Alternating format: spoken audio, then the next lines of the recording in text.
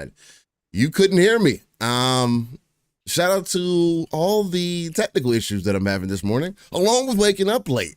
Ladies and gentlemen, boys and girls, good morning. And welcome to Living Split Screen, a non-console centric platform that talks about everything going on within the gaming stratosphere. I had to throw a new word in there. I'm one of your hosts, Steel Rain. That's I, Steel Rain. The T is a 7 everywhere. And we're probably going to do a little backstage because, to be honest, I need to get some coffee in my life. Also need to hit the bathroom really quickly. Also, you know, screw these guys and the internet problems. Goodness gracious, gets me all ramped up and ready to go. But nonetheless, I think we're going to have an interesting show today. We definitely got a hard stop right around 1, so I wanted to let everybody know that up front. So it's not going to be quite the longest show ever, but again, we do have some of the longest form content on YouTube, I would say. And I'm apparently, Pong, I don't know if you've seen this or heard about it, apparently long form content is becoming a new norm on YouTube. People are now recommending that people make 3+ hour long form content for people to enjoy because people are seemingly not really tuning into that 10-minute content anymore. That people want to turn on something that maybe they could just work in the background too, or they could just have on in the background, or maybe they helps them go to sleep. And hey, if we help you go to sleep, there's nothing wrong with that. I'll take that for what it is. Sometimes I do it. Hey, and sometimes I do believe in this strategy. Sometimes when I'm studying, I will put on some tapes or something and put the headphones in and go to sleep. And I have found that has helped me sometimes. So, you know, maybe they've got people out there. I know we got some truckers out there that really love that. You know, they got that long form content, gets the road trip feeling just a little bit shorter than it normally would. And if we're fitting right into that niche, then that's good to hear. Again, we still got to work on our short form content for our shorts and stuff goes. 30 seconds to a minute, 2 minutes, but nonetheless. Yeah, man, I think we're moving in the right direction. But that's enough of that. I got to pass it off to my brother from another, the uncanny gentleman himself, the one and only, Pong. So, Pong, what's going on, brother? How you feeling? Morning, everybody. Happy Saturday morning, happy Saturday afternoon, wherever you may be at. Steel, great to hear your voice, brother. It's been too long. Great to be here. Yeah, man. What a week. What a week of gaming. And, again, Dragon's Dogma 2. It's just what it is, man. It is a whole life. Kind of second life, I should say. Remember that game, Second Life? Out here right now for me, the Blood Sisters are just adventuring, and I can't stop playing it. So Dragon's Dogma 2, again, game of the year 2024. It's going to take a lot to beat this game. It's going to take a lot to beat this game. I don't care what anybody else has to say about it. I think it's fantastic. And so, yeah, I've been rocking and rolling on that. I did get some after dark hack and slash in, with some of those games I bought on a Humble Bundle. I've been saying Humble Bumble a lot this week. Humble Bundle. So I've been playing some anime hack and slash with some jiggle physics and all sorts of fan service. Some of it pretty. Wow. Yeah, it's been a while since I've had a fan service like this, but still having a good time hacking and slashing away at things. And but yeah, man, otherwise, still just listening to some clips from some other places and hearing that. Yeah, I didn't get a chance to hear nothing much. Yeah, I guess the biggest one was that Halo and Gears need to change up their entire formulas again. Oh, I wonder who said. I really want to. I can talk about that. Let's talk about that. It's I can have a long, drawn out conversation about that. in a tweet that I made this week. Oh God, Steel! It just never ends. Everything's got to become. Even though everybody complains that everything becomes samey, everybody wants everything to be Fortnite or fucking whatever their favorite game is. And so every other game has to for some reason fit into one mold, even though that would be awful in order to be good this day and age. And it's, that's an hour requirement. I don't get it, man. I don't get it at all. But anyways, it's normal for this community, parts of this community, I should say, when it comes to the circus. Other than that, Steele, yesterday, I'm going to give this a shout out because I don't think we'll talk about it during the show, but yeah, go get your coffee, go do your thing. Yesterday, I don't think we're going to talk about it, but yesterday, for anybody interested, you guys know what you get when you come here, right? You've got two gamers, and Steele and I, who have a whole lot of interests when it comes to different games. But you guys know my love for city builders. You guys know my love for RTSs. Anybody listening right now or in the future, if you want to check out a new game that's coming to PC Game Pass, it's going to be available on Steam and all those good places too to purchase. Manor Lords. If you guys haven't gone and watched, well, guess what? That drops April the 26th. Yes, I know it's the day after the Fallout 4 next gen, current gen, whatever you want to say, patch finally shows up that they've been promising for a while for everything free. And I know that Fallout right now is all the rage, and that is freaking awesome. As a Bethesda fanboy, welcome all new Fallout players, okay? Welcome to an amazing experience in a incredible world. Whatever you're going to play, Fallout 76, Fallout 3, Fallout 4. I don't care if you go back to the original Fallout 1 and 2 tactics style strategy games. Whatever you're going to play, Fallout is really damn cool, right? So welcome. But Manor Lords is dropping April the 26th. This game I found out yesterday. I was unaware that this is, it's being published by Hooded Horse, which is slowly but surely all of a sudden becoming a favorite publisher of mine alongside Paradox, because they are coming with a whole bunch of games that speak my language. But Manor Lords was created by one guy. Now, he did get some help along the way, but 95% of the game has been a solo dev making this game. And 7 years in the works. Manor Lords offered early access to a bunch of streamers and influencers and stuff, and they all dropped their footage yesterday. Some of them had like 30-minute videos. Some of them had over hour-long videos on this game. I was already hyped for this game. Obviously, it's right up my alley.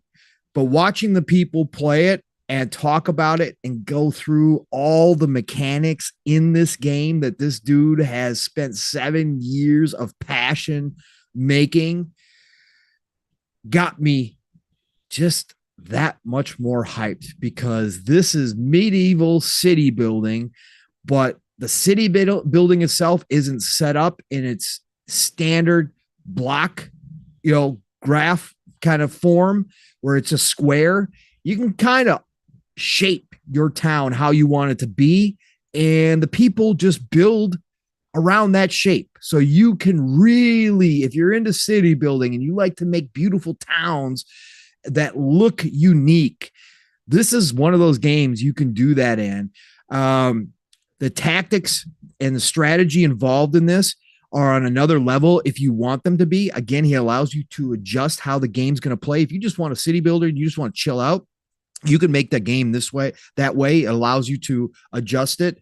If you want to do how he designed it, where you actually have to think about conscripting some of your townsfolk, your townsmen, into the army, and you have to decide the balance between army and workers, because obviously back in the day, that's how they did it, right? The townsfolk were your army when you first started building out. You got to do that. And you can all of a sudden get attacked, and you can conscript your whole entire army of all your townsmen, and you can go to battle. You could lose that battle, and all of a sudden your town is just full of widows and children. Okay, well, guess what? You got to wait for new dudes to show up to marry the widows and start all over again, right? And it obviously hurts your economy. Like, that's how in depth this goes. He's got skill trees in there where your town can focus on certain activities, whether that is, obviously military based or whether it's farming based. And then even within farming, you got to decide whether or not you want to go for the plow, or if you want to specialize in sheep herding, you can do that, which will obviously affect your food supply throughout the seasons because you got to monitor your food supply. Manor Lords is looking like the real deal, folks. So April 26th, I will definitely be checking this out on PC Game Pass. Like I said, I had planned on hopping right into Fallout 4. That might be on hold a little bit. We'll see. Maybe I'll graze both. I've got it downloaded on Xbox, Fallout 4, that is. I got it downloaded on the console again. I bought the Game of Year edition last year for $10 in preparation because that patch was supposed to be out last year, but obviously they held it for the show, which Steele and I will talk about a little bit about the upswing in Fallout popularity here. So I might graze both. But Manor Lords is something to look into if you are into a city builder. So I thought, since I've been playing Dragon's Dogma 2 for the most part, and obviously you guys have all heard my love for it for weeks now, I would use my time to promote Manor Lords because this game is looking special. Man, April 26th can't come soon enough. So let me see. Is Steele here? Did he go do his business? He's doing his business. He's doing his business. So he's getting ready for the morning. So, I can't wait for that. Let's see. What the heck is going on? Is wanting this game back? Yeah. Yes. Takato, I am wanting this game back. And, you know what? Let's see what else we got going on. I got to talk about this, folks. PCMR life, right? While Steele's away. I'm still getting used to PCMR life, right? I got to say this. You spend a ton of money on the setup, right? We all know this. That's why people say that obviously console gaming is the easy market or I should say the easy access point for gaming because price point wise, it's so favorable. And that makes obviously all the sense in the world. And as somebody who has been a console gamer his entire life, like I get it. Like, again, the convenience factor is ridiculous. The upfront cost is so much less. But now that I have a PC and now that I am paying attention to sales, let me tell you, you make the investment in the PC, you save so much money on sales, everybody. Sounds like an advertisement. It's not. But I'm just saying, as a budget gamer and as somebody who does, let's be real, graze a lot and have a lot of interest in games. And I don't have FOMO all the time. So therefore, I can play games that are a year old, 2 years old, 3 years old. You save so much money these days on PC games. Like, there is always something out there that I'm like, what? I can get, I think I'll give you an example. I just so happened, I got done with Xbox Ultimate last night. And I was already getting tired. So I was like, I don't really want a game, so I'm just going to fool around and go look at some stuff.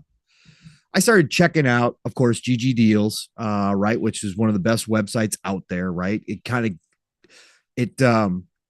compiles all the different sales from all the different places, right? All the different ecosystems, all the different stores, including, of course, the key sites, right? So it does that it keeps constantly updating.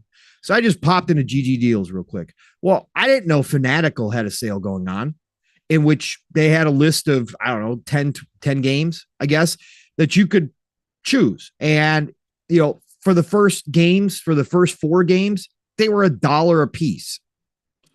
Okay, $1. Like, again, I always say when I go into the Xbox sale in their game store, when I start seeing games for $5, there's like a lot of games I'll try. So I go in there. Well, shit, there wasn't a whole lot of games I wanted to play, but they had Oddworld Soulstorm in there for a freaking $1. For a freaking Soulstorm. Like, again, Steele and I were just talking about Oddworld because I think it came up on This Day in Gaming or something like that, and used to play Oddworld all the time. Well, for $1, am I going to throw it in my library? Yeah, I'm going to throw it in my library for $1, right? Right. And then I started looking more and I was like, okay, all right, well, I guess we'll do a little shopping before bed. So why not? Let's see what else is in here that I can get super cheap. Wanted Dead. Wanted Dead was a game that I had my eye on. I think it dropped last year. Steele picked it up and said, nah, not for him. Combat was janky, right? This is former Ninja Team devs, right? So it plays kind of like the old Ninja Gaidens in a way, right? But it was AA. but it looked cool. It's right up my alley. It's what I like. Steele wasn't about it. He played it, but I just saw them post this week that they're overhauling the entire combat system. So I was like, okay, $3.50 for Wanted Dead. I'm like, okay, great. Add that to the cart. Why not? $3 for a game that came out last year that I wanted to play, that I almost, in fact, bought the collector's edition for because it looks so damn cool. The collector's edition itself did. All right, fine. $3. This is kind of bad news for a person like me. Yeah, no, PC gaming is a trap. PC gaming is a trap. It is. Bro. And plus, Steele, I've got all these games from the past that I never had access to on console, right? Yep. I've got all these PC games. At better performance, mind you. Better performance too, but just that are available that I never had on console, that just never came to console too on top of it. So I'm like, this is getting ridiculous. I picked up Citizen Sleeper, which I loved, on Game Pass from an indie dev, solo dev, right? Narrative space game with some action to it, little RPG light elements, but the graphics, the graphics and the atmosphere in this game are just so damn cool. And I played it on Game Pass, and I think they re-upped it in Game Pass. He's working on Citizen Sleeper 2. Okay. It won a ton of awards. 40 cents for a key. I'm like, yes, throw it in the cart. 40 cents. I'm like, okay. Hardspace Shipbreaker, another game that I promoted a ton last year when it was in Game Pass as a chill end of the night game where you're just cutting up ships. It looked gorgeous on the Xbox. I can't wait to see this game on my PC with the space stuff. The game is just chill. You are literally just taking apart scrap ships. And you have to be careful because as you go up in levels and difficulty, obviously there's explosive things on board these scrap ships, and you got to be careful with your lasers. Right. You got to use different lasers.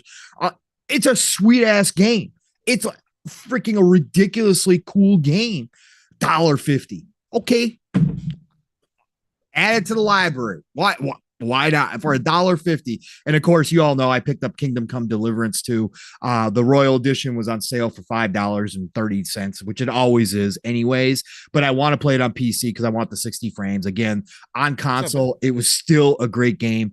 But man, those frame rates were rough on console. They never patched it. They are announcing a new game next week on April the 18th. Yeah. So a Warhorse is the dev of, and everybody expects it to be Kingdom Come Deliverance 2 because they sold like 8 or 9 million copies, I think, just announced for a game like that, a double A RPG. Yeah, it took them what, 6 years, 7 years, whatever it's been since it dropped. But that doesn't matter for a small team like that. That's huge, bro. That's a lot. So everybody's expecting Kingdom Come Deliverance 2 to come out. I want to hop back into it. I want to play it at better performance. So I picked that up as well. But real quick, you were talking about Wanted Dead earlier. Yeah. Wanted Dead, because I was able to still hear the whole time. Yeah. I know you. But Wanted Dead, it's one of those. Is for me, what threw me off about the combat was it felt stiff, even compared to Ninja Gaiden. Because I had played Ninja Gaiden recently, and maybe they've and I know they have updated some things about the game. Yeah, sure. But I went back and played Ninja Gaiden, and that one felt like I would expect. Wanted Dead, it just feels like between the gunplay to the actual blade combat, there's too much of a gap in between there, right? You have to run. It's like let's say you enter a room, and there's a lot of the times in these types of games you have gap closers. In this, it's a little bit more grounded in the fact that you have you come into a room, you shoot your gun, maybe you get behind cover or whatever, and the way that you approach using the actual combat itself felt stiff. Like it felt like you had to be too close, and it didn't feel for a game that also is trying to be arcadey, because that's you can tell that as well, because they'll throw enemies at you, and it's not meant to be this tactile Ghost Recon game with and you got a blade. No, it's meant to be like they're supposed to be It's not supposed to be Devil May Cry. It's not supposed to be super fast and you're all over the place. Now you can get there once you upgrade and everything from what I've seen, but it was just that initial. So to hear you say that they're adjusting the combat or whatever, that might give me a chance to jump back in there. But getting it at that price tag, I mean, you were getting some deals in there, man. Yeah, I'm like, I gotta check out GG. Yeah, GG is the spot, bro. It is the spot because it's constantly it's live, basically live updated. So I usually only ever go to. I'll just pull up CD keys at a random point if I see a game that I like or whatever. That's what I did with Oni Chambara. Right, and they got some sites in there. I wanted to lead you into that. I wanted to lead you to. They got some sites in there. They include a lot of but they give you warnings about what the sites are about too. They're like, this site has like 8 risks. This is an eBay site, so make sure that you're checking out the seller that you're buying from. Like they give you that up front. They'll tell you if like they're selling kind of gray area codes like for like Windows, like they give you that warning, like if you could buy it from here it'll probably work, but it's not like a legit license. Like they do that for you, which is nice. I'm super picky when it comes to the sites. And I was looking at some of the sites and I was like, but so I stick to like Kinguin and Aniba and CD keys, stuff that I've purchased from before that I haven't had issues with. Like I generally do, and really, when they give you the lowest price on GG games, and especially when you're talking about like $1 or $3, that's their lowest price, and it'll be from a weird key site. But if you go in there, the other key sites are like within 50 cents. It's like, that's pretty. I'll just go. Yeah, I'll just go to one of those other sites that I know, and I'm like, okay, I'll pay extra 50 cents, whatever. So Vandal, you can't drop slander on Forspoken like that. Forspoken is a decent game. It's not as bad as people tried to make it seem. I have played it. I put about 10 hours into it. Did it hold me compared to like other games that have come out? Because I think I jumped into there right before I played Starfield. No, but it's not as bad as people made it seem, and it has been further optimized. To your point, though, because it did have those issues, and regardless of if it flopped or not, I mean, and again, it was they tried their hand at something I think was dope. But anyway, before go ahead. Yeah, no, that's fine. I should mention this too before I turn it back to you, because I do want to hear your experience in some After Dark slasher. Because this one isn't really After Dark. I wouldn't consider it. It can be. I can play it. It can be if you buy the costumes. No. But if you buy the costumes, again, the strawberry banana costume, it becomes really After Dark. Okay. Yeah. That's why I kept telling you to pick it up. I should mention this too. I did also pick up. Now I've only played like an hour of each of these, right? So, but I should mention this too. And again, this is PC life, folks. So again, console players, whatever. But Songs of Conquest, which came out, I believe, when did that come out? Hold on for a second. Let me double check. This is showing here when it came out. So not used to Steam ever. Anyway, Song of Conquest, I believe, came out full launch last year or maybe early this year. I can't remember. Anyways, there was a sale going on for for this publisher, right? And Song of Conquest is like an 8-bit style or 16-bit style, depending on how you look at it. People define them differently. Strategy RPG game where you build up your armies by recruiting people and getting your armies together.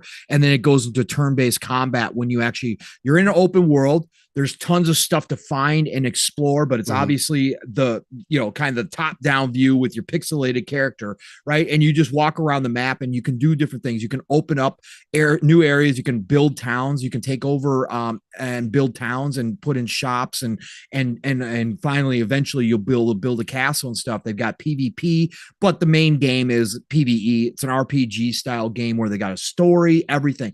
I've had my eyes on Songs of Conquest since I first saw it during one of the shows last year.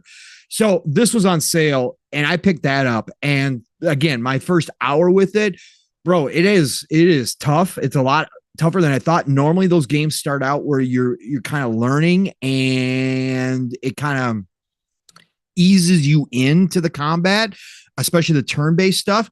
Bro, they throw you right in. You can walk into some enemies in this game right out the gate that are like, how am I supposed to beat these guys with my limited army? Like it wants you to go find pretty much everything in an area so that you can recruit as many people to your army as possible. But I was rolling in with like 45 archers and a bunch of footmen. And I was leaving the battles with under half of what I originally went in there with. So it's like, yo, wow. Yeah. Really cool game. Colorful, bright. The RPG, the story so far, is it tropey? Sure. It's high fantasy, right? It can be tropey, but it's actually entertaining. But there's all these different things that I'm still learning, because you can find like hidden, what do I want to say, like monoliths and stuff, right? Okay. That boost your power. And your main character, right, doesn't actually go into battle. They stay outside, but they can like cast spells and stuff that can increase your troops' abilities or decrease, right, buffs and debuffs. They've got all the spell list. Well, there's different types of magic too, and your spells open up each turn. Different troops will earn certain points towards those magic abilities. That's, and they can be different. So then new spells open up depending on how much you allow to build up. So it always becomes a balance. And again, it's tactic strategy, right? So it becomes a balance of, when do I use my spells? Do I want to wait to get this one spell opened up? But these shrines and these monoliths and stuff will boost that ability. Some of them will boost your movement speed for so many rounds or one battle. So you kind of have to plan ahead while you're discovering all this stuff. Really cool game. Enjoying it so far. I'm going to go back to a full controller support, which is absolutely awesome. Again, I look for that now, obviously, when I'm buying these PC games. Full controller support works beautifully. I had fun with that. And in this bundle also came this game called Hunt Down. Yo, again, old school nostalgia, 2D side shooter, right? Beat 'em up shooter, whatever you want to say. Pick out any classic. Shinobi, shout out to Lord Cognito. That old school arcade 2D shooter. Cool ass game set in a cyberpunk world. We get to pick from three different characters, and you're a bounty hunter in like a cyberpunk world. But if you just want to throw back to the good old arcade days made nowadays, right? But still with that style, that music from the old school, all of it's in Hunt Down. Like, this was so cool. I popped it on the big screen, and it's gorgeous. Of course, it's in high def. It's just pops off the screen. Like, I was just having a good time, just smiling and laughing, going through, because it's got your classic, there's a box in the middle of the screen. Go cover, pop, cover, pop, taking out these gang members coming at you with whips and chains.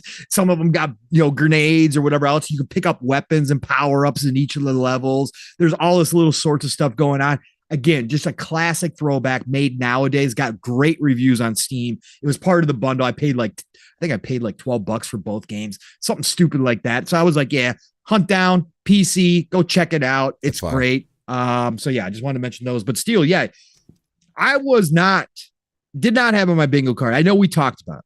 I know you said, well, maybe I got to check this out when I brought up Oni Chanbara, because I've been bringing up Oni Chanbara every time it pops up in our This Day in Gaming or whatever else. Yeah. I told you, like, listen, look. It's got the fan service. The girls are in skimpy outfits. It doesn't look, like modern day games, but the combat is good. I said it's just a fun hack and slash, but the combat is really good. People really did enjoy Oni Chanbara without even just talking about the jiggle physics and the girls showing off. It actually had a solid gameplay. So I've talked about it plenty of times with you, and you said, maybe I'll check it out. Blah, blah, blah. I was not expecting to all of a sudden see posts this week on X from Steel Rain from Steel Rain posted video clips going, kind of caught me off guard. This game's actually pretty damn good. I was like, yo, Oni Chanbara got Steel. Let's go. And I saw your post too, where you said, I do wish the girls had maybe some changes of outfits that covered them up a little bit more. Just a little bit. Because I don't mind the tight fit and stuff. I don't mind the revealing stuff, but there is, for me, I'm a family man. I want to be able to still play my games at a level that it's still classy. You know what I mean? And I just myself, I also have a personal preference. I would rather my character look I think you can make them come across a certain way Sure. without Like Stellar them being Blade. naked. Yeah, I mean, Like Stellar yeah, Blade. exactly. It's a good example. Yeah. Actually, one of the better examples. Actually, Bayonetta, if you want to dive in that bag. Trish from Devil May Cry. I mean, it was one of those things where, because I went through a catalog of them, right? Because I looked into Neptunia, and did a little bit of research on that, and people on Reddit and whatnot, because that's where you really go for that stuff. The people on Reddit know what they're talking about, because they're the creeps that are in there like, yeah, man, it's my thing. Yeah, they're bold about it too. They're like, yo, there's no better game than this one. It's the greatest since exactly Decado. It's the greatest since DOA. And man, speaking of Decado, because I feel like before I get in my bag, I gotta talk about the 20 living split screen membership. I was not paying attention. Let's go. Attention, ladies and gentlemen aboard the Splitters hype train. We are interrupting Steele's intro, talking about one Oni Chambara. Let's go. But we have to. We have to, because you got to pay attention to those screens above you. You got to buckle down the 4-point harnesses, because we're going ad-free in 2024. Even though the goal never gets below 69 around here, you are still all keeping us ad-free on the Splitters hype train, especially the one and only Decado, who got on the court with a 20 bomb. That's right. He went long range. He went half court to show you how it's all done around here. We added 4 cars, and we increased the speed from a Mach 2.0 to a Mach 4.0, just like that, with the 20 bomb from Decado, getting that furnace burning hotter and hotter with the bags of coal. So all you new splitters, welcome aboard. Please take your seats. The people around you will show you how to fasten your 4-point harness. Not fashion. I was thinking about clothes and stuff. Okay, bet. Fasten those 4-point harnesses. We don't want to lose you at Mach 4.0. We're getting to that point where you can fly out the windows real easily, thanks to the one and only Decado. Choo-choo, motherfuckers. Choo-choo. All aboard. Let's go. Appreciate that. I always love that. Oh, and also check out the new emotes in there. The choo-choo MFer is in there. That's also something that I saw Mav had in his. That was actually weird how that worked out. Maybe I need to change the colors, do it differently. I didn't even know that. That's really crazy to me. I'm telling you, man, we've been around each other for too long. But you got RT, so now you have your RTS view, ECP, the choo-choo, Mach 10. You got the coffee with the beans. The hashtag no beans 2024. Let's go. You got live raw and uncut in there, and then you have the standard LSS logo. I wanted to add some additional things in there, just some things that I felt like looked dope. And I'm gonna continue to work on that. I think I found what I needed to do to really make the emojis pop, but I got to make them a certain way. They just have to make sense. So, nonetheless, I just wanted to bring additional things to those who are members and whatnot. I want to spam chat with all those things that you need. I also need to I'm working on a Hors d'oeuvres emote. It's just hard because I don't know how I want to do that. I'm trying to do it with letters, kind of similar to this live raw and uncut, but it's harder to see. Right. In the kind of print that I was trying to do. Maybe I'm overthinking it, but nonetheless. Get back to Oni Chambara. So I was going through a catalog of these different games. I went to Neptunia. I also checked out, there's another one. Oh man. There's another one that is of that same essence. I want to say the name now. That's gonna bother me for a minute. But anyway, as long as it wasn't Bullet Girls Fantasia. No, that was brought up because I was looking for, hey, is there any games like this that are third-person shooters? Because there is one called Snowbreak Containment Zone that is on PC currently. That is free to play. It has a bit of fan service, but it's not as over the top. But it's a third-person shooter. It's kind of almost like Division-like, honestly. Then the locomotion is not as smooth, of course. Right. But it has cover-based combat and cover-based shooting and all of that stuff too. And you get out of cover and roll around and shoot, and they got decent-looking chicks in there, and that's but whatnot. But let me see here. I gotta type in like Oni Chambara now. But anyway, it was another game that was like that, but it was a little bit more over the top, and I was just like, man, I really don't. I'm not trying to play something that's like just over the top. Now I say that. And Oni Chambara is over the top as well. I mean, up front, the two main characters that they introduce you to literally just have bikinis. I mean, now they have much more material than some of the other girls that I've seen, Yes. And there are apparently some customization options. But you know what? You know what really saves the day? What? That combat is different. And it looks this one, Onichambara Chaos Z2 is probably the better looking one out of all of them that are out there in that form. Now, with that being said, that allowed me, and I also was able to download a patch, a 4K patch, because the standard on PC it doesn't give you many options. So I was able to get a 4K patch, and I got it updated. Man, this game would be is a solid today kind of game, combat wise, movement. I'm playing a different set of characters right now. Which they are much more covered, which I just feel is extremely ironic but they have like the maid outfits on. They have like the long maid outfits on though, like kind of, you know what I'm saying? The black and white. And I was like, this is like complete opposite of these other characters, but these characters too.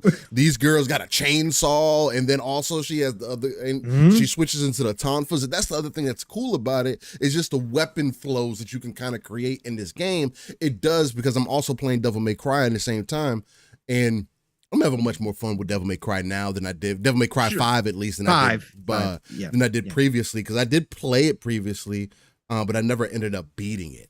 So, so yeah, man, that's so I've been getting. That's cool, man. That's cool. It's not bad. Out of all of them, I think it's a better one for sure. Had you given them, if it was a big publisher, right, and it was a big dev, like had you given them a budget, you could see how Onichambara could be something, because their combat is that good. Yeah, like, it's really good to be fighting zombies and just have over the top combat. Yes, and the girls also, they're vampires, like, which is also, I think that's the other reason why I overlook it, because they're like sexy vampires. Why not? But they transform.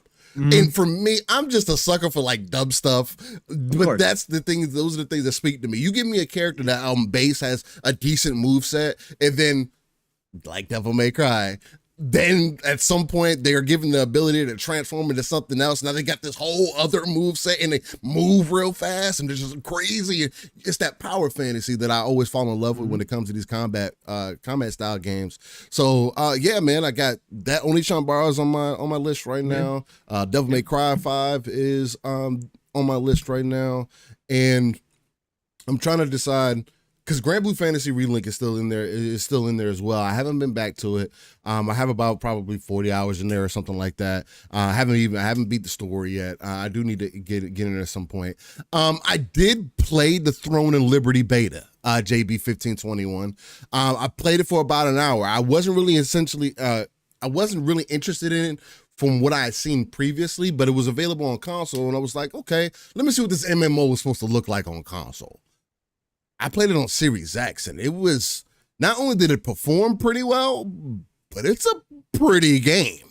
I say out of the MMOs, I would dare say it looks better than even BDO does. Now, it doesn't have that combat. Right. But the world and the character, I don't know, man. Amazon might have something with the combat changes that they have made. I couldn't imagine how the game felt before this. If it was literally standstill, non-movement. I mean, I still don't like this version either. It's not what I would prefer, but I think I like it over Final Fantasy 14 even. The way that it feels, at least up front. Now, and the other thing too, I think that gets me, again, I'm just a sucker for it. You could transform into a wolf. You could transform into a bird. The movement things that they allow you to do, and when you're able to do them, it's not like, of course, in certain areas it just makes more sense. But then in other areas, it's like when you transform, like especially when you go into your run, when you enter your sprint, you transform into a wolf. It's not a hotkey. That is what the game does naturally. I like the concept that they're going for in this game. So for me, I think I played enough of it to at least say, if it comes to console day one, or even PC, and it has the controller support, because I mean on Xbox it felt good. Yeah. If it feels the way that what I got out of the beta, I might try it for a bit day one.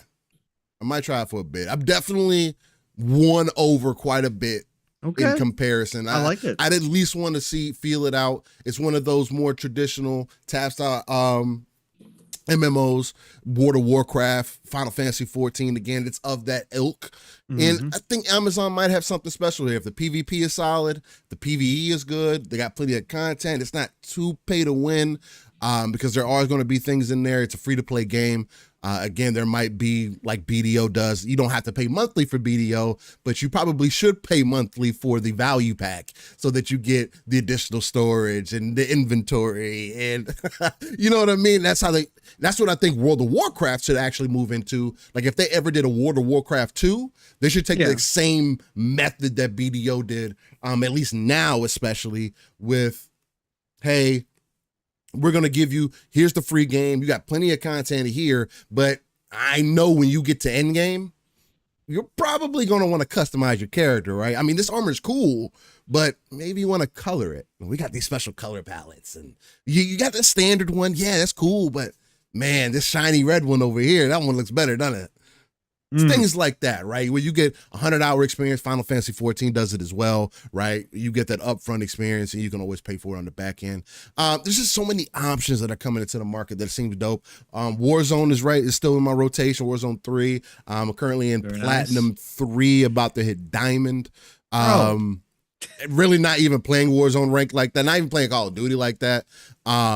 Just playing it off of weird spurts. I when I'm listening to a podcast or I don't want to jump into anything deep, and I'm just like, let me just jump into something. That's what I play. So yeah, man, catching some bodies in there, having a good time. I don't know how I've just been improving over time in Call. I feel like there's been an improvement, but I play with randoms a lot. Mostly actually. I'm really going in there solo dolo and just making it shake. No communication, just marking stuff and shooting people, man. It's a fun time. Gaming is a really fun point right now. Have you tried mobile yet? Warzone mobile? No. Yeah. I'm not gonna there. Okay. For me, I was curious if you tried it, Nah. just to see. No. Okay. Nah, I'm not gonna try it. Unless for some reason down the road I end up getting much more mobile, which may end up happening. I'm not gonna lie. There's some job opportunities coming up that may present that opportunity, but we'll see. But real quick, Pong, if you want to shout out to the chat real quick, I can do some more talking about what I've been getting into, but I need to get my daughter set up real quick. So Yeah. Go do that. We'll give the chat a shout out here. Again, all you crazy people in here. Let's see what's going on here. We got that one and only Eastside Vandal dropping in here. What is going on, Eastside? Always great to see you, brother. We got the JB 1521. What is going on? Tim, the Sorcerer's in here. What's going on?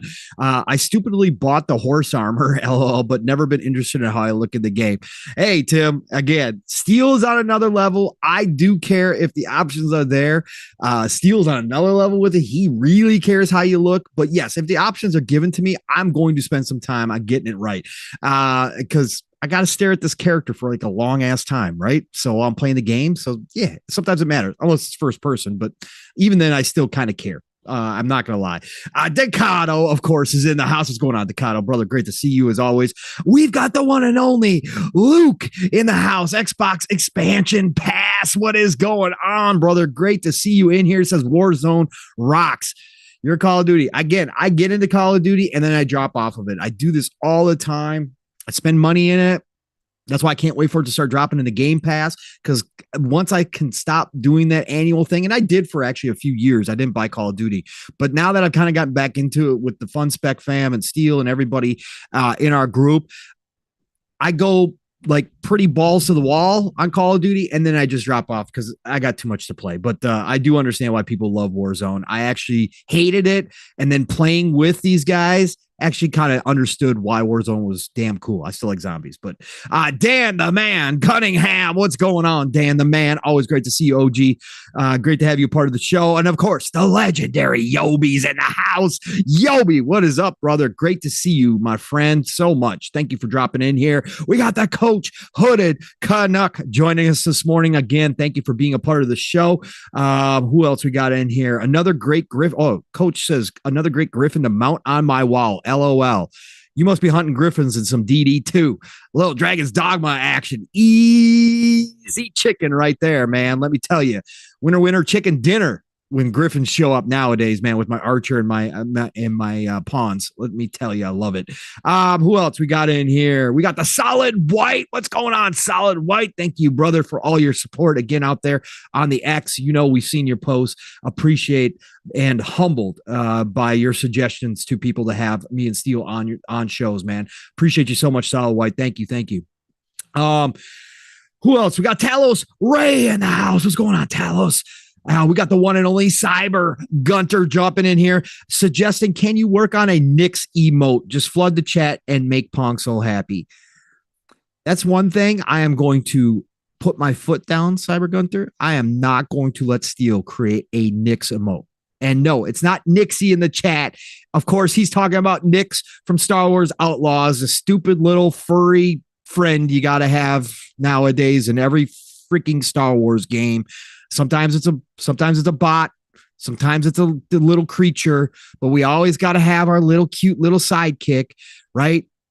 Grogu ruined it even more because everybody fell in love with Grogu. Grogu was cute for about the first 3 episodes of Mandalorian, and then he should have dumped his ass wherever he needed to be and gone on with actually being a bounty hunter. But no, we're going to be a babysitter. And Nyx is the latest in Star Wars Outlaws, although again, my hype for Star Wars Outlaws can't be any higher, even with the stupid little creature around. I just hope I can drop him off or lose him somewhere, but that's not going to happen, obviously. Who else we got in here? We got the Joe Dunmore. Joe Dunmore joining us this morning. Thank you, Joe, for being here. Thanks for being a part of the show. We've got, who else? We got Blue Moon FC in the house. What's going on, Blue Moon? Great to see you, brother. Thank you for being here. We got the Delroy in the house. Always great to see you, Delroy. Thank you. Thank you so much for joining the chat. We got the Aussie Fan 80 showing up here. What's going on, Aussie Fan? And of course, the aforementioned Nixie is in the house, one of the OGs. Nixie, great to see you, brother. Thank you for being here as well. Who else we got in here? Let's scroll up here. Oh, man, we started late this morning. Steele's got to leave a little bit early. It's Timmy. It's Timmy's in here. What's going on? It's Timmy. Always great to see you, brother. General Spartan 27. What is happening to you? We got the Generals. Oh, I just said General Spartan 27. I'm just going to say it twice because it's Saturday morning brain. We got the Roadkill 8018 saying hit that like button earlier. Thank you, Roadkill. Appreciate the support and thank you for being a part of the show by dropping in here. We got the Ray Oid, of course, dropping in here saying what's going on to Fuzzy. So Fuzzy must be in here. Fuzzy Belvedere, if you are in here, brother from another, great to see you, man. Just saw you last night, talked to you on Xbox Ultimate. Thank you for joining us this morning. We got the Nam Omar, one of the OGs in here again as well. We got Jason Max in the house. Jason Max says PC is for those who want to be closed up in their rooms, being anti-social on a 27-inch screen. I prefer being in a living room around family and 65-inch consoles for life. Jason Max, I hear you, but my PC is hooked up to my big screen now, right?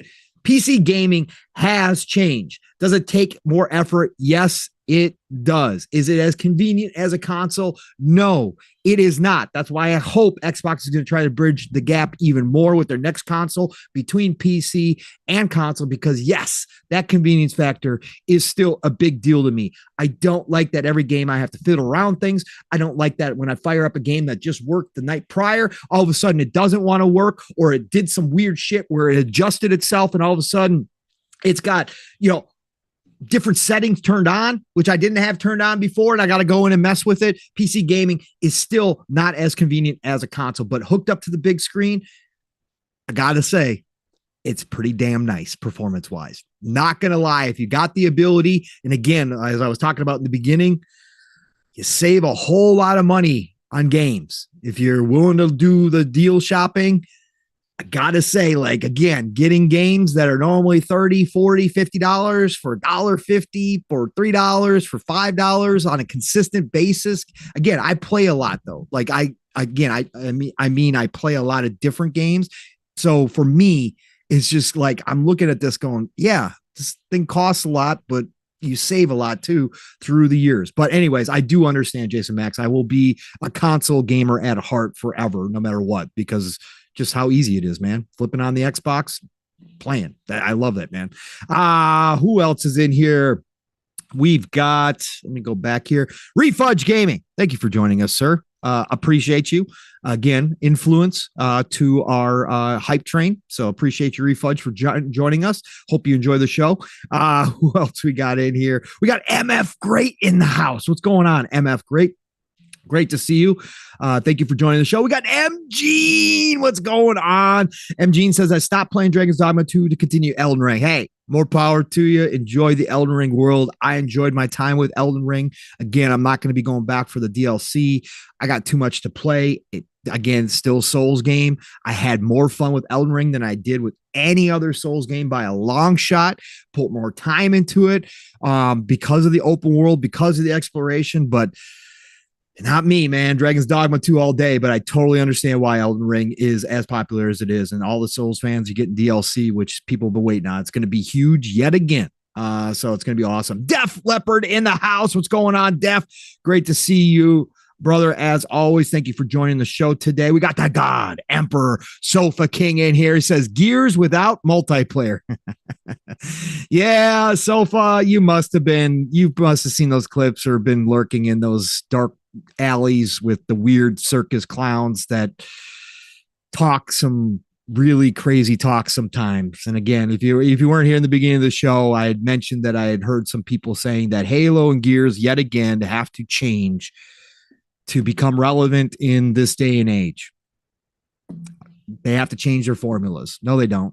No, they don't. Maybe Steele and I will get in a little bit too, because I know Steele's got a lot to say about that. We got the Sanchez MTZ Gaming in here. What is going on, Sanchez? Great to see you. Who else we got in here? We got Sappho joining us this morning. Thank you, Sappho. Always great to see you as well, my friend. I think, let me go down to the bottom here and see if we got anybody else in here who's rocking out with the Rescue Squad. Culp is in the house. Great to see you, Rescue Squad. Thank you for being a part of the show. We got Oates in here. What's going on, Oates?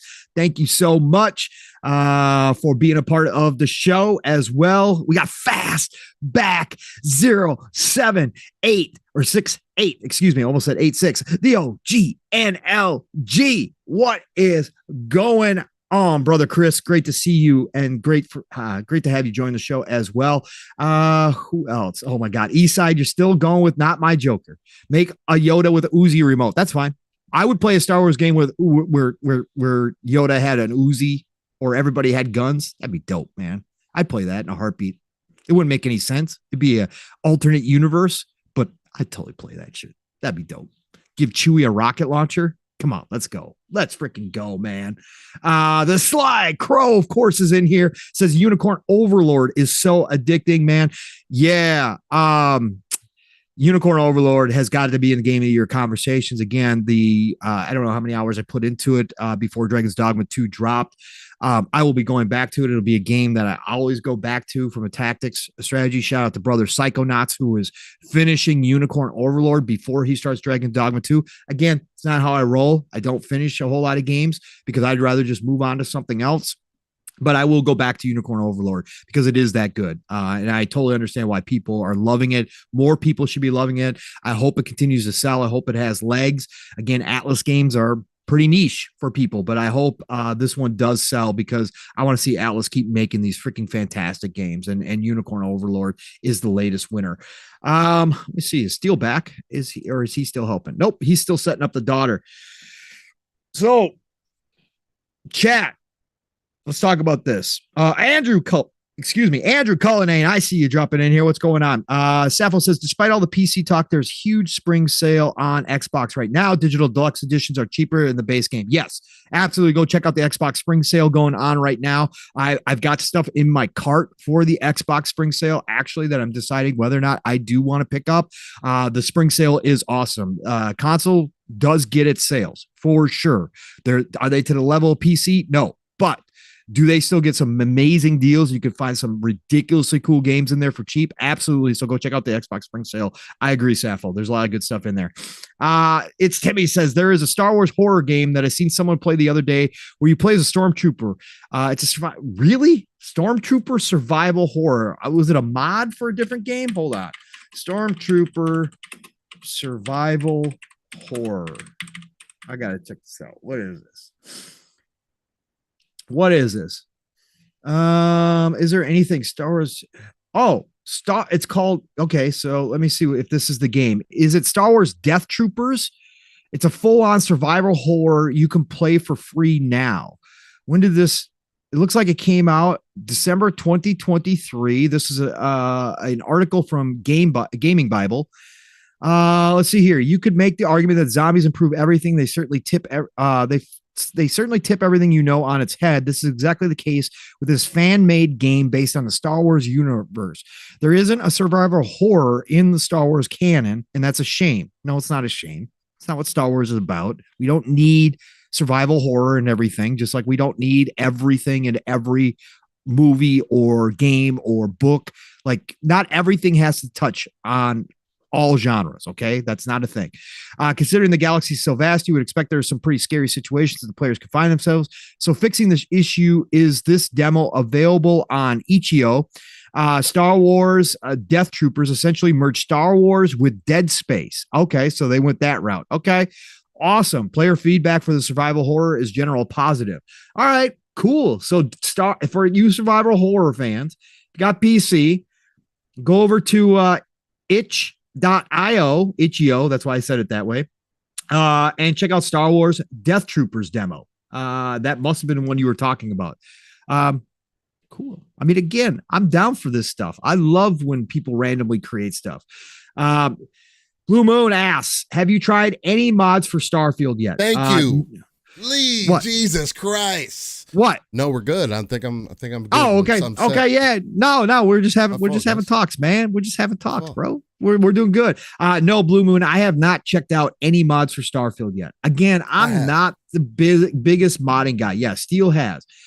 If they do a full-fledged, and I know they started, if they do a full-fledged Star Wars mod for Starfield, I will do it. Okay. I probably will wind up checking out. I like to play games as they were originally designed. I'm one of those dudes, right? So for me, I like the original creative vision. Now, Steel, not to say that I wouldn't put mods in. I just really haven't explored the whole modding scene yet in a lot of ways. I did a little bit on Skyrim when it became available on console, right? I did check it out a little bit. It can add some really cool things. But again, I just like to experience things how the devs originally viewed them. There are a few things that will get me. Steel, again, he can play with Master Chief and Final Fantasy, and it's all good. It's awesome. Yeah, for me, no. Again, that's not the character. Like when I see people that want these old, like I seen people like in Rise of the Ronin already putting like Naruto characters in there and all sorts of stuff. Like, no, bro, it's not that game. Like, I don't want to see that character. Like, customizing characters, cool. But for me personally, I don't like iconic characters showing up in other universes. Like Rise of the Ronin. Yeah, I'm pretty sure. It's not on PC. It's not? What did I see it on then? I saw somebody, I could have swore. Maybe it wasn't. It must not have been Rise of Ronin if it was modded. I wasn't even thinking about that. I thought it was Rise of Ronin. I wonder what the hell it was then. Maybe no, it wasn't Wolong. I know that. I mean, Wolong is on PC. I mean, yeah, it could have been, but I know it wasn't that because I could have swore they said, "Have you played Rise of the Ronin this way yet?" But I'm obviously mistaken because it's not on PC. Yeah, the character creator in Rise of the Ronin is kind of wild. Oh, maybe somebody created then. Maybe somebody did that. Yeah, because you can make whatever custom character that you want. Okay, I didn't know it was deep like that. Yeah. Okay. Yeah, Okay. So that's what it was. All right. Well, anyways, my point stands. Sorry, my point stands. I should have thought about that. That Rise of Ronin isn't on PC yet. That didn't make any sense. But my point stands. I just don't like seeing like that kind of character, like graphical stuff. Yeah. Mods, that kind of stuff that fix, the graphics or that enhance the graphics. Like I've seen, in Bethesda games specifically, right? I'm down for that. I just really haven't fooled around with them because actually the game looks so damn good to me. I don't need anything right now. So no, I have not tried any Starfield. Again, if somebody comes out with a full-fledged Star Wars reskin of Starfield, I will download that eventually for sure. So anyway, Steel, welcome back, sir. Hey, how's your Saturday morning, brother? I appreciate you guys holding it down. It's been wild. It's been crazy. The week's been wild and naked and crazy. So, hey, but we're here on a Saturday morning live and ready to get into it. Now, I wanted to dive a little bit further into my bag, and there was another game that I wanted to talk about and bring up. But you know what, ladies and gentlemen? I don't know what it is anymore. So, boom, it's gone. I don't know where I wanted to take that. That is extremely unfortunate because I guess it just doesn't matter to me anymore. It's okay. Which is okay, brother. Which is fine. Oh no, I know what it was. Because it was about Fallout 4 and Fallout 76. Because I did jump in to try Fallout 76. That was part of the games that I played. Because I tried it out here recently. I guess we can get into the Fallout conversation after this.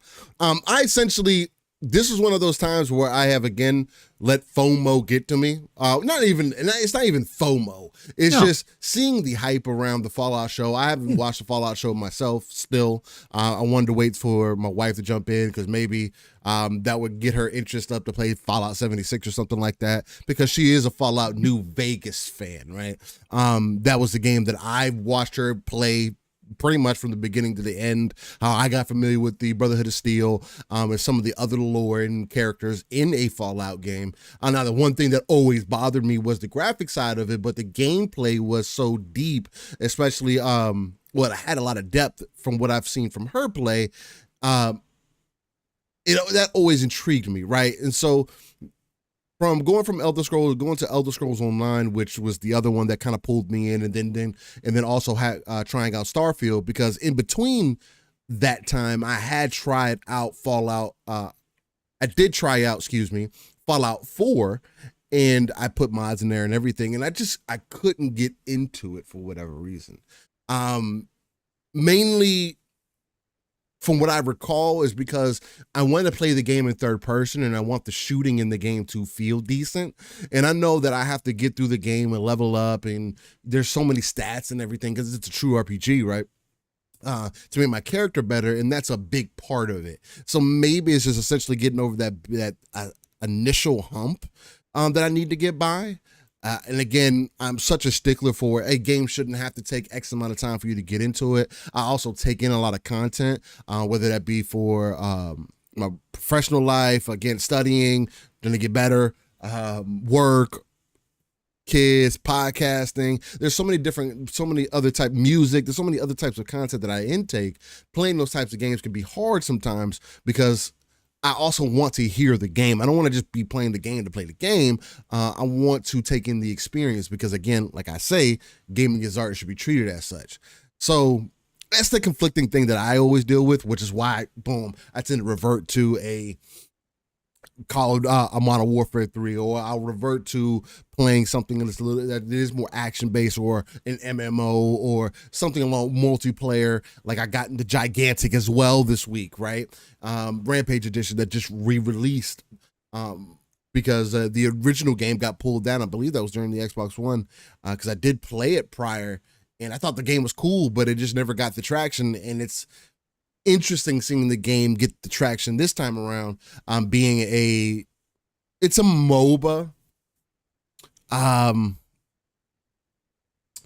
It's definitely a MOBA. I would have to say it's definitely considered a MOBA in the likes of like a Smite, League of Legends and stuff like that. It's of that kind of ilk, but again, third person behind the character, just like you would be in Smite. It's more versatile. The characters also do feel more diverse. It does feel a bit more balanced than I remember it being before, especially when you're playing the real mode that I would call it. It's where you actually have to build your towers. You've got different types of towers, like healing towers, defense towers, and things of that nature. And it's just one standing tower, and it kind of when you come back to it, like in a traditional MOBA, you have the towers that kind of just shoot at the enemy when they come. You have the lanes that come, the soldiers that come down the lane, so on and so forth. It's the same kind of concept, except with this, you have more choice of the type of tower that you want it to be. So it could be a healing, whatever.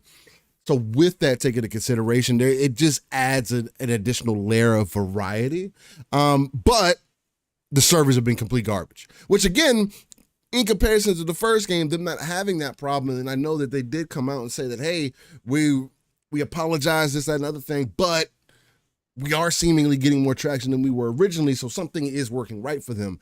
But when you're trying to get people, I'm not going to sit there at the start screen waiting 15 minutes to try to get into a match, just because every time I load into a match, it kicks me out because somebody didn't accept, or we get to the screen and somebody didn't load in. There's situations that are happening that really throw me off guard and make it off-putting to play. So But I did put some time into there. It was a really good time.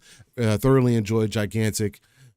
So there is that. Again, like I mentioned, Devil May Cry. I'm probably about halfway into there. I'm in chapter 12, I believe. So then that's been feeling really good because I originally played it on Xbox One, and I hadn't played it since. So I got a couple mods in there.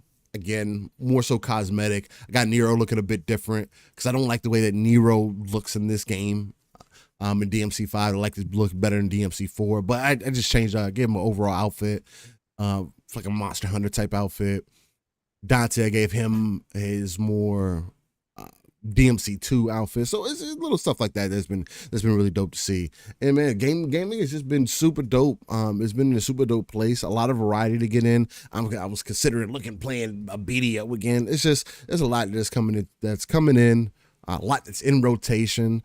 People playing old games, something that a lot of people were making fun of people for at the beginning of the generation. It's just like, this is part of gaming, man. Not everybody has all the time in the world, and games do get better over time. And Pong sent me something about that actually in the DMs this week, because that's something I'm always a proponent for, is that a lot of the times these single player games end up being better games later. Whereas multiplayer games, like, sure, they get better later as well, but there's also that experience up front, and then you build that kind of experience throughout, and it creates this kind of dichotomy of an ecosystem that you kind of weren't expecting, right? So, let me see what the chat is talking about here. He said Vandal is saying port begging ponies at an all-time high. PlayStation down bad. Man, what they talking about? What you saying, Vandal? What they're throwing out there now that is a problem, other than saying that Gears multiplayer and Halo's multiplayer no longer need to exist. Legendary Yobi said downloaded Fallout 4 and got my mod set up and everything. I missed this game so much. I'm considering it, man. I'm getting the mod set up. I'm gonna have to re-download it because I got it on Steam. Originally, I'm gonna have to download Vortex to get back into it. See if I can fill it out. See if I can really get into it. So it was either that or Fallout 76. And I played Fallout 76, bro. It does not look that great. Like, it's visually displeasing. And I mean more so the background. Even on PC, I tried to drop some mods in there. The only thing I didn't do was download the 4K mods. The texture packs. That's the only thing, because there's like 8 different packs for that. It's the only thing I didn't do. The game is like, it's nasty looking. Otto says he's nowhere near finishing Dragon's Dogma 2. Dragon's Dogma was such a dope experience, bro. Again, I think I said I finished right around 114 or something like that, 108. It was something around that number. Man, unregrettable. A memorable experience from start to finish. Loved every piece of it, and man, it was everything that I needed it to be. And this conversation continue to happen about it being, or it following this old ideology of gaming, or it not being fun because it's forcing you to play a certain way. And again, every game doesn't have to be for every gamer. And I get if you want to make content off of this and or make content off of that aspect of it, and you saying that the fast travel is diabolical and the way you level up isn't fun and it's not cool. It's not a good time to travel and all these other reasons that you're giving yourself to not to like it, then that's fine. You don't have to like this. There's a lot of games that I just don't have to like either. God of War is one of those. 2018 is one of those. I don't have to like it. That's just me. You know what I mean? So it's going to be different for different people. People got to find their reason. Ryobi says, bro, 76 is literally just Fallout 4 online. It doesn't look as good as Fallout 4 though. I will say that. But again, I haven't given enough time to either. I jumped into Fallout 76 because I knew it was more the multiplayer game. If people wanted to jump in, we could probably run around and go do some stuff. You know what I mean? And they got a DLC named after me. You know, it was appealing. The character creator in there is atrocious as well. You cannot make a good looking female character in Fallout 76. It is terrible. My God. Even for the guy character, the guy character is a little bit more tolerable. You can make something shake. Fahim says, not gonna lie, if I was Nero and my dad stole my arm, he is dead to me, period. That's a good point. Too bad Nero's is a bitch boy. He went so much harder in Devil May Cry 4. At 5, he's seeming like a little bitch. I'm just saying. I would rather just play as Dante. He be doing this thing. Living Splits, Yobi says, beat Suicide Squad, man. Love that damn story. Can't wait for future content. That story was really good. Yeah. Very, very underrated game in my personal opinion. And actually, I keep thinking about diving back in there. As far as my rotation goes for other games, just because they do have more content in there. We gotta make another run. Yobi says you need mods to make your character look decent. Yeah, that's what I'm saying. Like in Fallout 76 doesn't even necessarily have the mods as much as Fallout 4 does to get the characters to look at a decent standpoint. Vandal says Fallout 76 girls look better than Foam Stars. Hey now, look, what are we doing? Francois, what up, Stanley? How you feeling, Brody? He said, facts, the player character of Fallout is grade A garbage, but I'm having fun with the game. Yeah, that's why I'm thinking I might just go back to 4, maybe try that out. Again, I do have a different perspective on those games after playing Starfield. Because especially again, you want to get some story, the side stories and side content, but again, I want to be able to play in third person, so. Yobi, and then we'll get into it, says my favorite part when Harley put a hot one in the Batman. Bro, I jumped out of my chair. Yeah, you mean the thing that everybody leaked? Poor East Side is out here dying right now. You mean the one that everybody leaked? The ending that everybody leaked? Well, that wasn't even the ending. That was awesome. No, it wasn't. That was not. But no, that was awesome. I like when creatives don't mind doing things, and nothing is permanent, especially in these superhero universes. Yeah, nothing is permanent. They always branch off. DC has done it. Marvel's done it. If they need to bring somebody back, they will. That's just. And again, there's already rumors about that happening. The Batman is supposedly coming back through some data mines and some leaks that people have extrapolated out of the content. So again, we'll see. I think it's a good and interesting way to go about things. So Kevin Conroy's not done apparently. No, he recorded more stuff. Yeah, he did. Pong, man, what do you want to get into, man? What are you feeling like? Are you naked? I'm naked, so we can go anywhere. Bet. Okay. I'm free. Are you free? Free balling? I'm free. Yeah. What do you want? What do we get into Fallout? What do you want to get into? Let's get the noob opinion about the Fallout show, since neither one of us watched it. Since neither one of us watched it. Yeah. It'll be a hitter. No, but we can talk. We're not going to talk about the show, but I mean, we could talk about just in general. Obviously, the impact that it's obviously having. I mean, that's undeniable at this point, right? Sly Crow, real quick, Sly Crow asked a question. He says, what are your thoughts on Fallout 3 versus New Vegas? I like the story in Fallout 3, and New Vegas have more faction lore. Sly, I don't have experience with either one of those outside of New Vegas because of my wife. I've watched her pretty much play the entirety of New Vegas. So, Pong, I mean, how would you feel about the comparison of 3 and New Vegas? Because I do hear they go back and forth, but they were made by different teams, right? And I think New Vegas was more impressive. Oh, yeah, no. New Vegas was Obsidian. Vegas was Obsidian. And New Vegas was more impressive because it wasn't the original team, and it still was Fallout for a lot of people. Right, with the Obsidian twist on it, right? I think listen, that's a tough way to judge. It's a tough one to judge, right? New Vegas is the most memorable Fallout to me, right? Because of the characters, because of the faction stuff, because of how Obsidian did their vision of Fallout, which was still in line with Bethesda, but with the Obsidian twist. And I think that's the first game that made me realize, how Obsidian was right there when it came to story and when it came to character development and that kind of stuff, how they were right there with Bethesda, right? That was the first okay. All right. You took somebody else's IP and you did your thing with it, and it stands toe to toe with the OGs, right? It's and in some ways surpasses it.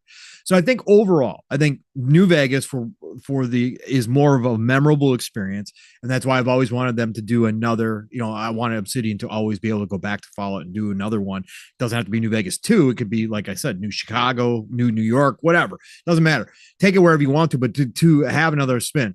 But I think Fallout 3 again stands by itself just because of the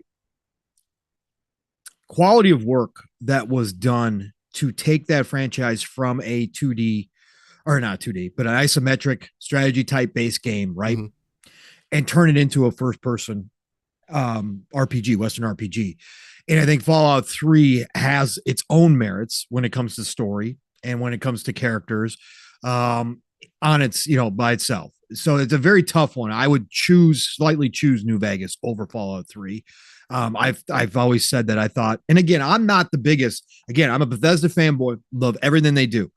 But when you guys hear me talk about my all-time RPGs, you won't hear Fallout in the conversation, right? I mean, it's there, but it's down the list. But when you hear me read off, it's always Elder Scrolls, because again, high fantasy, generally speaking, tops sci-fi or post-apocalyptic. Now Starfield changed that, right?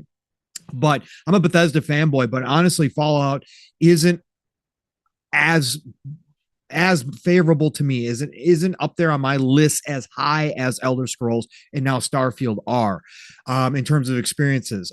So that's why you never hear this. So I'm not like the biggest Fallout fanboy, but New Vegas is my favorite.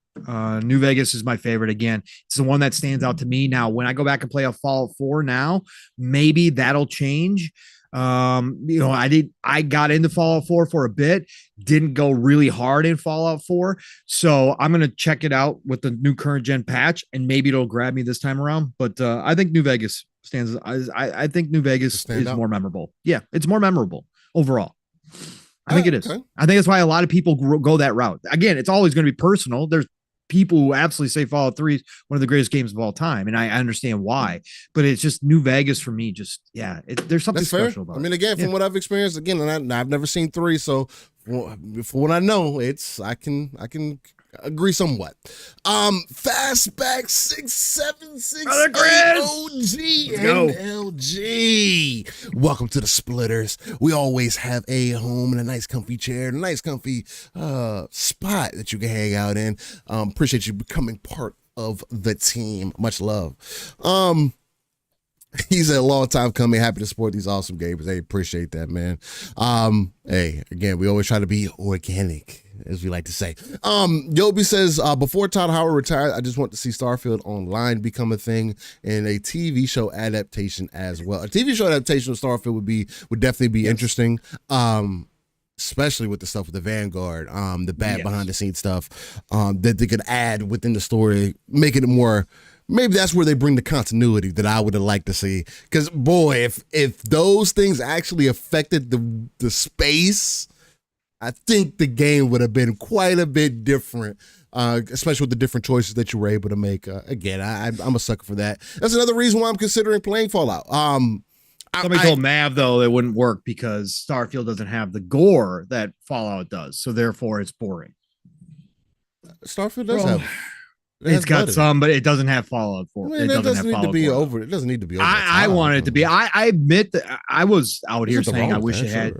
Yeah, I wish it had the Fallout gore. I still don't know why they didn't put it in there. I mean, but again, as far as making a TV show, what the hell does that have to do with anything? What the hell does what the hell does the gore have to do with the TV show? Like, okay, so great. I know from people talking about it that they definitely included that aspect in the TV show, and it does kind of create this dynamic with the comedy, and that kind of stuff with all of a sudden this extreme violence. It's a rough world, yeah. But Starfield is extremely violent as well, and there's no reason why the TV show couldn't show that violence. Just because the Crimson Fleet can be the violence that you're looking for, or how. Right, and there's plenty of scenes in Starfield that have it, but again, just because the game itself, you don't blow off arms and heads and that kind of stuff like you do in Fallout. Why would the TV show not be able to show extreme violence like that? And what does that have to do with the TV show being good or not? Starfield has all the makings of a fantastic sci-fi movie or series if they really wanted to spend the money on it, right? Again, it takes more to do that Sci-fi, generally speaking, is more expensive, especially with special effects and getting it right. And Starfield is grounded in more reality, which means it can be done. Yeah, it can be done. But like Star Trek back in I mean, if Star Trek is possible, you could. If this could be possible, if Star Wars is possible, then this is possible. Like, there's so many things, so many other. If Mandalorian is possible, then look, like, what are we talking about? There's so many. I think the success of Fallout will definitely spur and give confidence to Microsoft and Xbox to continue to look at this transmedia stuff, which is something we've talked about. Excuse me, hopefully they've learned their lesson with Fallout to make sure you have people who are passionate about the Halo game. And Fallout. Yeah, but I'm just seemingly seeing success. Okay, yes, but Halo could have been better, right? Halo definitely could have been better. Halo definitely could have been better had you had people in place that actually appreciate the IP. From the common folk, from what the common folk are saying, they're saying that they're liking what they're getting from it, though. Yeah, but look at that are well, but just look at the scores though. Look at the scores. Fallout versus Halo. 100%. I mean, come on. Yeah. I'm saying the common folk. Yes, there is definitely a group of people who appreciate Halo, but it could have been more Halo and still brought those people. Oh in. yeah. 100%. You know what I'm saying? Again, Master Cheeks did not have to show up to draw people in. Hey, right? That's a booty out there, you know. No. That's my opinion. But I just hope I do think that Fallout and even the success. I mean, again, Halo's been supposedly Paramount's biggest, release. So I mean, again, still doing numbers. Successful. But I think this will give them confidence to continue to look down this road. Again, this is a part of expanding your reach, right? We talk about this. Sony has already been doing this because they own movie studios, right? This is part of the Sony's. It's always core strategy, right? It's part of their core Spider-Man. But they're doing more now, right? Uncharted, all that kind of stuff. They are doing more. Last of Us TV series. That's a part of their expansion, right? That's a part of this, strategy going forward, Steele, of how to reach more people, right? Yeah. And using the IP to bring in other streams of revenue, right? And one of those ways is creating this transmedia situation for the IP that can do it, that can cross over into other forms of entertainment. And we've talked about this for a long time, Steele, that this was part of the future. Xbox, of course, and Microsoft don't have the studios like Sony do, right? They don't have that background in movies and entertainment. They were going to start with the Xbox One generation, but obviously that all went sideways. But they don't have that expertise per se that Sony does. But they still can use their IP and go find partners like Amazon, like Paramount, to create TV shows which draw interest. And I think that the Fallout, for sure, Halo is doing better. Again, season 2 I heard was better. How much of an impact that had on Halo Infinite, I don't know. I haven't heard anything about that, if they saw numbers increase. But for Fallout, there's a direct correlation, Steele, much like we saw when Last of Us showed up for Sony. It's obvious with Fallout. Right. It's obvious with Fallout. And I'm saying The Last of Us also did it for Sony. They saw a bump. We heard about the bump in increase of people going and trying out The Last of Us games. This is why they do this stuff. This is why we've said it for a while now that transmedia is so damn important if you do it right, because this is going to drive. And now they've already signed up for season 2. How long could you do a Fallout series for? Bro, you could do a Fallout series for a long ass time if it keeps going. But depending on how you take the story. There's unlimited stories to be told in the Fallout universe, right? It just comes down to creativity. Yeah, how much comes to creativity. Consistency. As long as you have a consistent story, that's all that really matters. That's what matters. If people are loving it, why not? Anyway. Why couldn't it be the next Stranger Things, right? Why could Fallout not be why could it not be? I'm not saying it's going to be. I'm just saying, but this is why you do it, Steele, because now you see a bump. Fallout 76 hitting its biggest numbers in nearly a year, right? You're going to see with the patch coming out for Fallout 4, renewed interest in Fallout 4 as well. Again, it's kind of sad that we actually probably not going to get a Fallout for another 9 years or so, which is kind of sad. I wish they could capitalize, but with Fallout 76, with that available, all of a sudden Fallout 76 could start doing ESO type numbers if Fallout takes on, continues to take off like New it Vegas is. 2. I mean, we could. There's just been so many other like rumors and things behind the scenes and things that could be possibly being worked on along with Avowed. Obsidian could be doing something else. Again, they may ground it in the back. And I'm not saying a New Vegas type game would be a thing that you could put 5 people on and kind of grow and blow it out. Now you could with Obsidian's talent, because obviously they got it, but I think it would be more so another passion project or something like that. But I think Avowed is their main baby right now.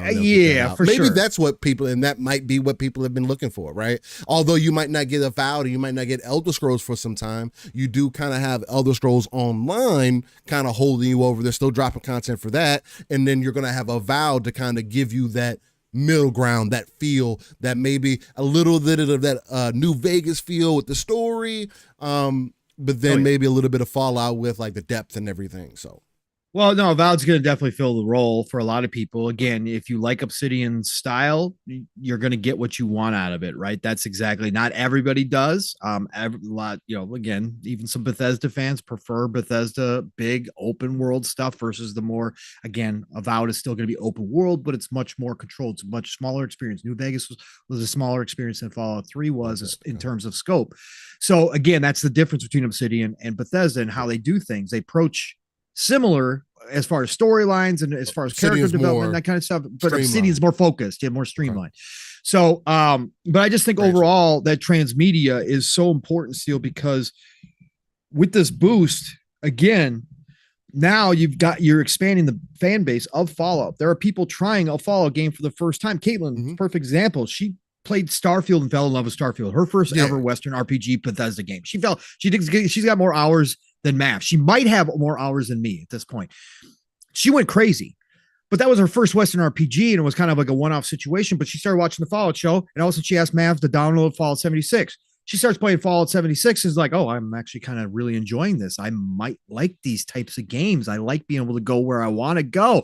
Welcome to the fandom, right? Bethesda, right? So you're getting new people into this game. And so when the eventual Fallout 5 does show up, now you got an increased fan base. Plus you got the hype build up, plus Fallout 76, which is your moneymaker, one of your money makers, right? Starts to grow even bigger community, which is monthly income, right? Because there's things to buy, right? That's what the catch is when you jump into those types of games. Now you don't have to, but that's the catch. Right. So that it's all works together in harmony when you do this the right way. And Steel, I think we've got one coming up even closer that we're going to really see. Now, we haven't heard anything in a while, but we know for a fact there's 2 Gears of War projects on the table, right? That they're working on an anime and they're working on a live action series. We've now got the rumors that Gears 6 is going to be teased, right? Come the summer showcase, and the smoke about the Phoenix Collection coming in between, right? Sometime, whether this year, next year, whatever, we're getting the Phoenix Collection. Perfect timing, Steel. Again, if they nail either one of those 2 shows or both of them, if they both work great, but if they nail both of those, you're going to have the hype for Gears through the roof. Then you have the Phoenix Collection ready for people to jump back into, especially on PC side of things, but also on console. People maybe who aren't interested in the multiplayer, never thought that they wanted to go check out Chainsaw some Locust, but they watch the shows and now they go, you know what? Phoenix Collection just dropped. I'm going to go check out the story because I loved what was going on in Gears here on the show. I'm going to go check out the story. Now they jump in there. They don't have to play the multiplayer, but they jump in and they go get the Phoenix Collection. They play through this game. Now they're anticipating, because then they go to 4 and 5 and they're like, well, shit, now I'm invested. Let's go to 4 and 5. Let's check out Kate's story. Okay, now I'm ready for 6. You grow your fan base, you grow your hype, you keep it in the minds of the masses when you become, as Mav, pointedly made last night or Thursday night. Pop culture is everything nowadays. And if you get into pop culture with a show or an anime or whatever, a movie, it brings your IP to a different level. If you've got the masses talking about it, it is one of those aspects that, again, Sony has always done because they've always had access to it. They've done it to varying degrees, varying successes, but they've always been kind of in that realm. But Xbox hasn't really had a whole lot of that transmedia. Now they are getting into it still, and they're starting to see the actual benefits, right, from successful projects like this, like Fallout. And I think that's just going to have them do more and more. If they nail Gears still, oh boy, there's a whole lot of other places they can go, right? There's a whole lot of other IP they now own that they could get into. They got kids stuff, they got adult stuff, they got everything in between. So I think this is a start still, and I think it's pretty big. So I just want to put my thoughts out there. I thought we would roll that in because you were talking about Fallout and all that kind of stuff about transmedia and about the success they're seeing with Fallout. And what do you think, brother? What do you think where they're at? I think going transmedia is definitely the direction that they've been needing to figure out as far as entertainment goes, because of the digital direction that they're trying to move into, you have to figure out ways to make your IP reach a wider audience than you did previously. Obviously, Halo went as far as it could with the gamers, and it's been a missed opportunity that they've kind of played with. Like, you've tickled, and maybe, for lack of a better way to put it, you've even given people blue balls for like shows like Halo Legends, as an example, which was an anime adaptation of Halo that had good combat. You had people like Red versus Blue. Why was that never an official Microsoft product? Or why did Microsoft never approach them and say, hey, let's put you up under our wing. We need you guys to continue to make content for Halo, because you guys obviously are getting better with the rigging, and you're creating. Red versus Blue literally created a story out of from Halo 2 that had such depth into it. And it started off as a joke, and then they ended up creating so much depth to this that they ended up having like 10 seasons or something like that, right? And it's all the way up to, I believe, Halo 5. You know what I'm saying? Like, that is super dope to think about. The worst one for me still, real quick, the worst one for me was Neil Blomkamp's short that he did. I think it was called Halo Landfall. Neil Blomkamp, who did, he's the director that did Elysium, District 9. Okay. Right. They were actually working with him. He wanted to do a Halo movie, Steel, and he created a short. You guys can go find it. Again, some of you definitely know what I'm talking about. He created a short and put it out on YouTube. It is one of the greatest, for something that somebody slapped together, and this was, this was like 15 years ago. Yeah, I'm about to say, this was like 15 years ago, plus maybe even longer. 15, it could be even longer.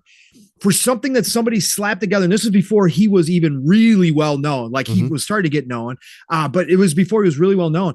But to go see what he slapped together as kind of like a side project, like, hey, I want to do a Halo movie with you guys. You guys are interested in let me give you a vision of what it could be. Bro, this is one of the most grounded, coolest looks at Halo still to this day that I have ever watched. So that's the one that kills me, because they had it still. Like you said, there should have been Halo movies, right? There should have been live action movies long before now. Cartoon. There should have been all of that. But again, Xbox, that wasn't their forte. They were the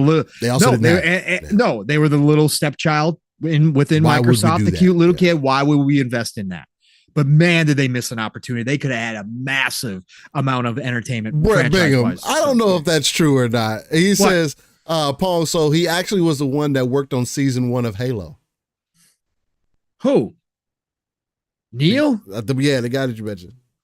I don't think so. I don't know. I don't know if that's the case. No, I don't think he was. that would have been funny, but nonetheless, there's issues like that, and even Gears had that same avenue during the time when it came out. It's kind of crazy that you didn't put even the guy who plays Cole in the games. He is big like Cole in real life, and he's always hinted at, hey, I want to, if we there's ever a Gears movie, I want to be in it. I'm the voice for Cole. Look at me, guys. Like, I'm even Diesel like Cole and all that stuff. I don't know how excited he would be to do it now, since they waited so long to do it. And Vandal just said Neil did not work on season 1 of Halo. Yeah, that's what I thought. I didn't see his name a part of it. That's why I was like, I don't know if I believe that. That's why I just moved on. Peter Jackson was going to do a Halo movie at one point. Guillermo del Toro was gonna do. I think it was. Was it? I don't think it was Guillermo. Yeah, it was What? Guillermo del Toro was also at one point attached to a Halo movie as well, and Neil Blomkamp. They had all three of those guys at one time or another talking about doing a Halo movie, like a feature film, not a series, a feature film. Yeah, three giant directors, right? Like Peter Jackson. Who wouldn't watch a Peter Jackson Halo fucking movie? Are you kidding me right now? Raymond said the live action Gears should be new characters and a new story. Leave the main characters to an animated show. Live action Gears. That's difficult. It's going to be difficult because you would have to bring characters that have the same or similar feel as the original Delta Squad did. Because that's why that team is the dynamic of the team. When you go from Marcus to Dom, there's a dynamic there. There's also our brotherhood that's there, right? That you can tell that there's something more behind the scenes. Then you go from Dom and you go to Cole. You're like, okay, well, there's something there too as well, right? But Cole's more the over the top. He played grip ball, you know what I'm saying? he was that dude. He's about giving it to him, but he's also about family. You know what I mean? At the end of the day, he's trying to come make it home, but he's also like he's watching everybody's back. You know what I mean? And then you got Baird, who's a smart ass of the team. You know what I'm saying? And he brings his own kind of thing, but it's a brotherhood. You know what I mean? And I don't know, there's no other teams in Gears that they've presented that come across that way. Now, Busters was close. Busters was close for sure. You know what? They did You're good. Not wrong. You're not wrong. Did good. I did feel pretty solid about that. And it was a smaller experience. We didn't get a whole, full blown game around those characters, right? This was a smaller experience. I wouldn't want a whole game around it, but yeah. I would. It's much better than the whiny ass fucking kids. I'll tell you that much. By a long shot, bro. But I'm just saying, it shows that you could potentially go that route and have a different set of characters for sure. I think doing something with the car mines would be interesting just because of how versatile that they are, you know? You could definitely use the car mines, you know? Clayton Carmine is my guy. Clayton never died. I know, but it'd be like the old Crash Test dummy fucking cartoons, bro. Yeah, that's what the Carbines remind me of. Exactly. I love Carbine. I love that. I love each and every one of the Carbines. And I love the fact that they gave us a choice of whether Clayton was going to live or not in the last game. And I like the fact that they made Clayton like struck and he's got tattoos of his brothers on his arm. It's so amazing. Like, it is so ironic, especially when you go from Gears 1 and you got the skinny ass Carbine. And then you get to the last one, you got Clayton, and he's fucking like Jack. This. And he's got fucking choking Locust by the throat. I'm like, yo, this is complete opposite. See, Blue Moon, see what he was doing. He said LSS is the Brotherhood of Steel. Oh man. I don't know if that's either a compliment or a slight. I don't know. I don't know. What I can remember, I guess it depends on how you write the story. Oh man. But yeah. I think it's always been a missed opportunity that they haven't taken those IPs a step further, just because they've had so much space and you probably would have been able to welcome, especially as anime has become more popular. That was one of the easier avenues for you to jump into because not everything has to seem real. It doesn't have to look realistic. So you can put your own kind of artistic style. And if it doesn't work, you can just reboot it. Right. I think doing it on an animated version gives you a little bit more of that versatility, but if you don't have the teams to create these things or the budget, or if you're not taken seriously, or there seems like there's no point to do those things, then you end up in the situation where you are now, where it's like, okay, maybe it takes a Fallout show, maybe it takes finally this new Halo show that's not even essentially on the base premise of your original game, but it takes, it's taking some things, maybe it takes these types of things to show and demonstrate, hey, maybe there is a true audience out here. And also I know that the mass audience has kind of changed their perspective on some of those things as well. So maybe more of those fantastical elements or non-fictional elements are able to play a role more so now today than they were before, right?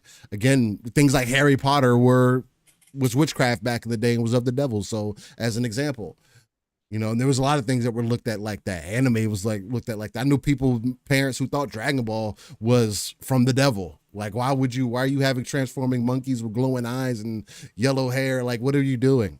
This has to be devil worship. Why are you screaming in my living room? Why are you going outside throwing key balls at each other? Why are you doing this? Brett Bingham says, Paul, so not sure if it was because of Halo Infinite's waste of money on the Slip Space engine. Now, Brett, can't agree with you. I can't agree with you there. Because Halo still ended up being a good game. Yeah. For what it is. No, it's not what it was 20 years ago, but it needs to change still. It was a good game. Or Neil having a prosthetic because of his old Halo project mishap, why he didn't direct the show. Jesus. Oh God. I just that's the one that still kills ear.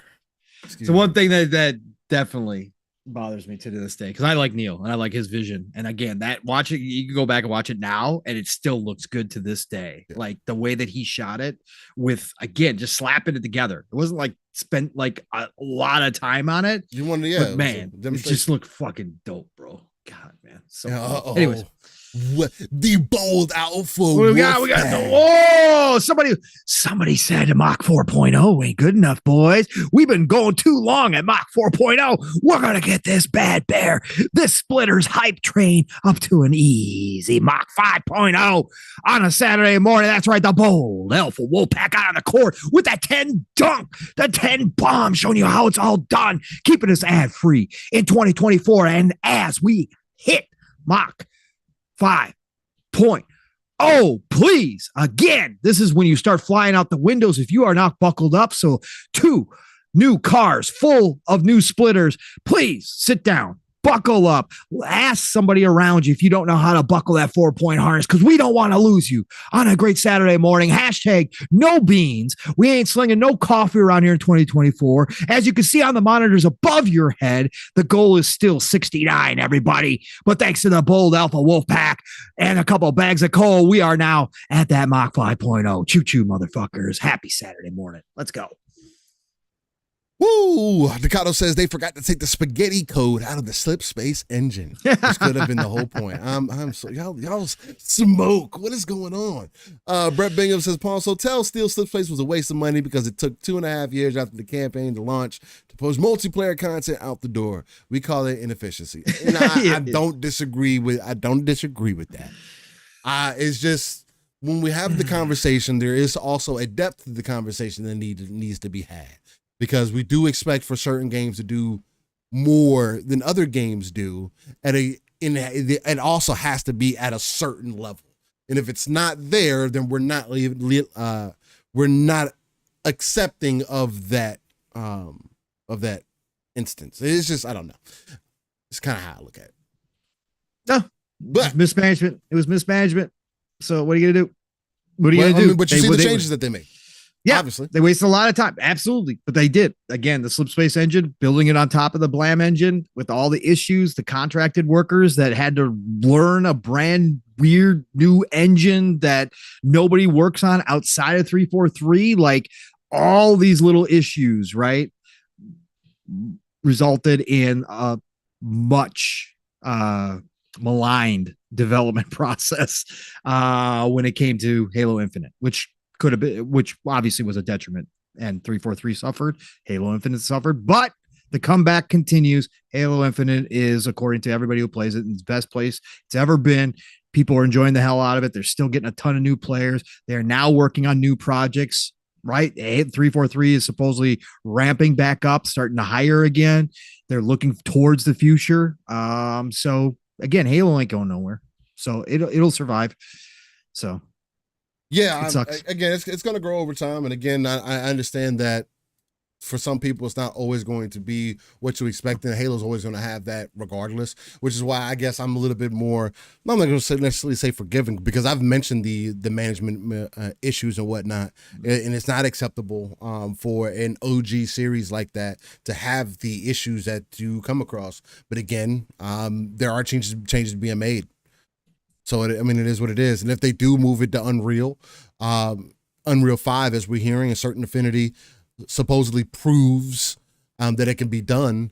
That Brett Bingham, that does give you at least bring some a little bit more love to that idea that Split Space, maybe it was a waste, maybe it hasn't been. I mean, I don't know. It's a waste in the aspect that it could have been better for sure. Well, where would you like to go from here, brother man? Hey, man, we can go. Talking about Dead Space being shut down. Yeah, Dead Space 2, and then EA coming back and saying, no, we never said those things. Yeah, right. Yeah. Why would you say that it's been canceled? We could definitely do that. We never gave you validity on that. Well, I guess I'll bring this up from IGN. I mean, I don't know. When it comes to what EA has going on, I do have to believe, because they took essentially what they've done is they took the devs from Dead Space and moved them over to work on Battlefield. Now, the one thing that people aren't mentioning in the conversation of Battlefield is, do you guys remember who is working on Battlefield now? Who is the head of Battlefield right now? Only Zampella. Zampella we trust. And Vince Zampella has a pretty excellent track record when it comes to. And they're not moving the whole games. team. Let's be clear. They're moving a small portion. I mean, but they're still moving a bit of it. It's still at They're, least. No, because they're still working possible. on Iron Man. Because they're still working on Iron Man. That's their main game. Okay. Motive's main game is the new Iron Man game, and they confirmed that is still going strong. So that is their main game. They had, potentially moved a portion of Motive to obviously help with Battlefield, like you said. Mm-hmm. But again, the main game is going to be Iron Man. And I wonder how far along Iron Man might be along then if they were able to do that. A couple of years. Because if that's the case, maybe it's a little bit further in than that. I mean, again, maybe EA did the smart thing and they looked at Anthem and maybe they were able to pull some of those things in. I don't know do we get confirmation if they were using Unreal or not, or what engine? Yeah, it was Unreal, right? Unreal 5. So maybe they were able to find a way to adapt some of that, and maybe that could have helped some of the dev time. Possibly. I mean, a lot of that. Hold my breath. I mean, I'm not going to hold my breath for it either. But let's get into this article, ladies and gentlemen. I'll pull this up for you. Oh, what we do need to do first, though, before we move forward, is how about those upcoming games, Punk? Oh God, we didn't do upcoming games, do we? Jeez, oh man, we've been all over the place this morning. Jeez, oh man. All right, let's do upcoming games. Yeah, it has been a crazy morning. Let's go. Let's do some upcoming games. That's right. We got to do our upcoming week of games. Let's see where we're at here. It is going to be April the 15th, week of April the 15th. Okay, let's do this. Hold on for just a second. Oh, why? Stop. Did somebody remind us, or did you just remember out of the blue? I totally forgot. Oh my God. I totally missed. I was like, I was bringing this up on this side. I was like, you know what? We haven't done this yet because I had it up in the tab. All right. So let's see here. All right, let's get into this. Okay, I've got it. So again, we go through Game Informer, everybody. If you guys know of another game that's showing up that isn't on the list, please put it in the chat and Steve will try to grab it for us. But let's start. Week of April the 15th. We are going to start out with Dave the Diver, the not indie title that took the PC world by storm, took the Switch by storm.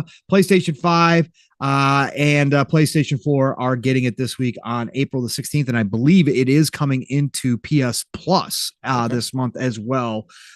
So they are getting that. Again, great addition. I want to play this game.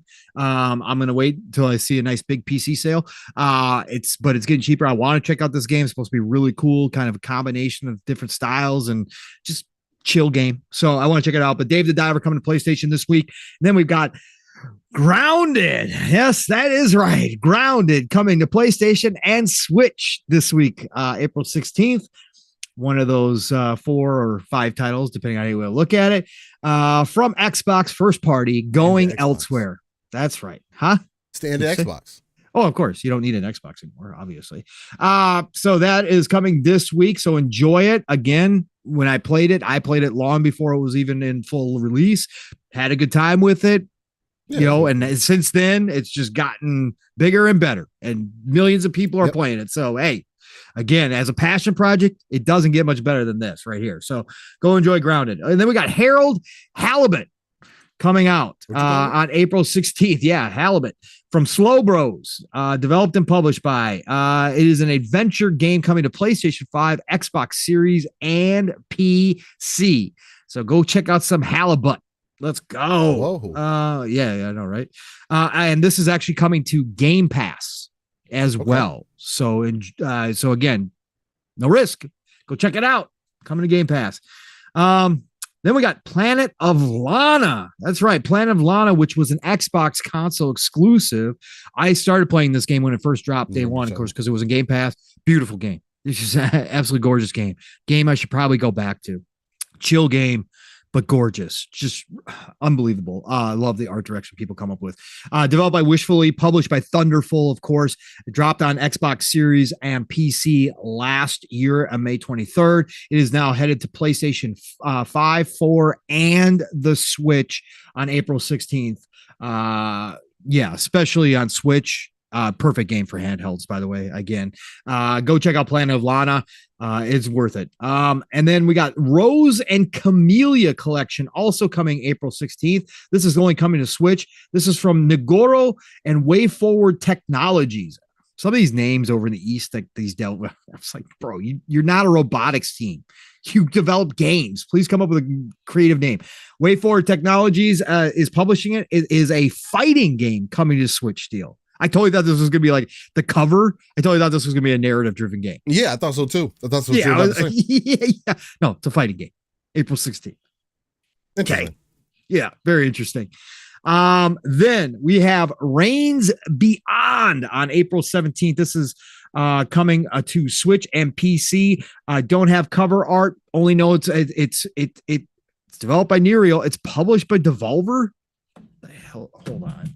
There ain't no way there's been no hype around this game. Reigns Beyond, Switch and PC. Reigns Beyond, Switch and PC, but what the hell is it? Fallout 76 has 20K players right now. Oh, telling you, bro. Again, they're hitting numbers. Well, it had 40K before, and then it's at 20K right now. Okay, so this Reigns Beyond looks like a perfect Devolver game. It looks like they've got it's got a whole animated trailer for it, and it's it looks like nowadays kind of cartoons, if you know what I'm talking about. Very weird, different styles mixed together. It looks like there's a scene from like Star Trek in here. So it's got all sorts of that bird characters, alien characters, human characters. It's an adventure game, and it came out 3 years ago to Apple Arcade. So this is an Apple Arcade game. Now coming over to console. Okay, all right. That makes sense. I had to know what it was because it was Devolver, and I'm like, I haven't seen Devolver promote this. I don't know what this is, which is weird. So Reigns Beyond again, Switch PC, April 17th. Then we've got Final Fantasy 16, The Rising Tides DLC. The DLC showing up on April the 18th. I haven't heard anything about this. I haven't seen people talking about it. Have you seen people talking about it? I've heard people that played Final Fantasy 16 are interested in it. Okay. I haven't seen anybody posting about it. I haven't seen, again, a game that people who've played it. I've seen them talk about it. Okay. I have not. But anyways, that is coming this week as well. So all you Final Fantasy 16 fans are getting some DLC this week. Go check it out. And then Steel, early access this week, in a game that I'm really worried about, especially since they've been talking more and more, but I'm probably going to jump in and try it, is No Rest for the Wicked. Shows up on PC this week, Steel. And obviously I love this game visually. Moon Studios is awesome. It's got loot. Mm-hmm. It's got everything I want, but they keep pushing the fact this is Souls-like combat in a different perspective, right? Not your normal Souls combat because it's isometric, kind of top-down view. I think you'll be fine, Paul. You've played Diablo. It's going to be the same thing. No, it's not. That's what they're saying separates the steel. It's not. Is going to be This is supposed to be timing, pairing and stuff in there pairing, too, right? pairing, timing. I forgot about that in this game. Damn. Yeah, this is the more before. difficult. Yeah, that's how they're separating themselves. And again, I appreciate that Moon is trying to do something different in the genre. I appreciate that they're putting their spin on it. Yeah. Obviously, I understand. Difficult Souls games are a rage now, all the rage right now. So it makes sense that they did this. Like that's fine. I'm just really worried for myself, but I really want to play this game. So I'm going to give it a go. No Rest for the Wicked. Again, it's going to be coming to console later. Right. They haven't announced what date, but it's going to be early access this week, April the 18th on PC. So if you guys have PC, looking forward to No Rest for the Wicked. Again, it's gotten a lot of hype. A lot of people love Moon Studios, of course, makers of Ori. This is your week. So, and I do believe I'm going to jump in anyways and try it, even if it winds up being okay. I just threw away money. I want to try it that bad. So, we're going to check it out. Is this a full price game or is it like $29.99? I think it's not a full put a price price game. No Rest for the Wicked. I don't know if it's No Rest for. I don't know if it has a price on it yet. PC cost. I don't know if it does either. I don't even know if I'm. $40. That's not bad. $39.99. No Moon Studios No Rest for the Wicked doesn't require online connection to play single player. Mm-hmm. Is it up to four player co-op? I hope it's a single player game. I'm pretty sure. It's just a single player game through and through. Yep. I thought there was some co-op or something in it. Maybe not. Maybe I'm just assuming things. Mixing things up. Yeah. I'm pretty sure it's just single player only on this thing. Might be something I look into myself. Again, I've looked at it off and on. I thought it was more Diablo like, but even hearing that, that kind of stuff is up my alley. So yes. Yeah, man. I mean, that might be I think why I've been not really looking at it is because this is supposed to be early access. Mm-hmm. Correct. Okay. Yes, this is early access. I've been feeling so weird about early access because of me. Yeah. Because of how I am when I play a game. Yep. I'm going to play what the game is up front. And I'm probably not going to play what the game is later. And later, the game is going to be better. I get it, bro. I get it. So I don't know. I might as well hold off. It does look appealing, though. I do like what they're going for. Yeah. So artistically, at least. Yeah, and a lot of people are hyped for it, but yeah, it is single player only. So yeah. But so let me see here. Where was I? No Rest for the Wicked this week, early access PC. Decide if you want to jump in or not. And that is it for this upcoming week of Game Steal. Ow! Let's go. Ladies and gentlemen. Week, Ioun Chronicles is next week. Yep. Tales of Conzero. The Fallout 4 update. Teenage Mutant Ninja Turtles Arcade Wrath of the Mutants comes out next week. Sandland. Yeah, Fallout 4 update. And again, Manor Lords next week. Yep. Top Spin 2K25 is making a comeback. Stellar Blade. Stellar Cheeks. I still kind of hope that's coming to PC sooner than later. God. Hopefully we get like a fall release on that. That'd be really dope. It would be. A good time. Good time I to have a jump feeling in it's there. going to be next year, though. But think so? I don't know. I think they'll, because if the game does well, I think they'll immediately move into Stellar Blade 2. And if they do that in production, you might as well start getting things ready for PC. Again, there's just not that big of a separation between PC and PlayStation 5. I would have to imagine. And why wouldn't you want to make more off of this game? Unless Sony paid. I mean, again, to keep it console, to keep it exclusive, right? Well, that also goes against their strategy that they've kind of been moving towards too, though. Kind of, but they need a game this year that's not available anywhere. With their mentality, they need a game this year that's not available anywhere. Yeah, we'll see. Right? We'll see how they play that. It'll be interesting to see how they ended up playing that. All right, let's get into what EA is trying to make shaking these streets. Let me go ahead and show some stuff on over here. Of course, every time I go here, it's a black screen because it's never the right thing that it needs to be. But that's fine, because I got it up right here. And it says, EA shoots down Dead Space 2 remake rumors.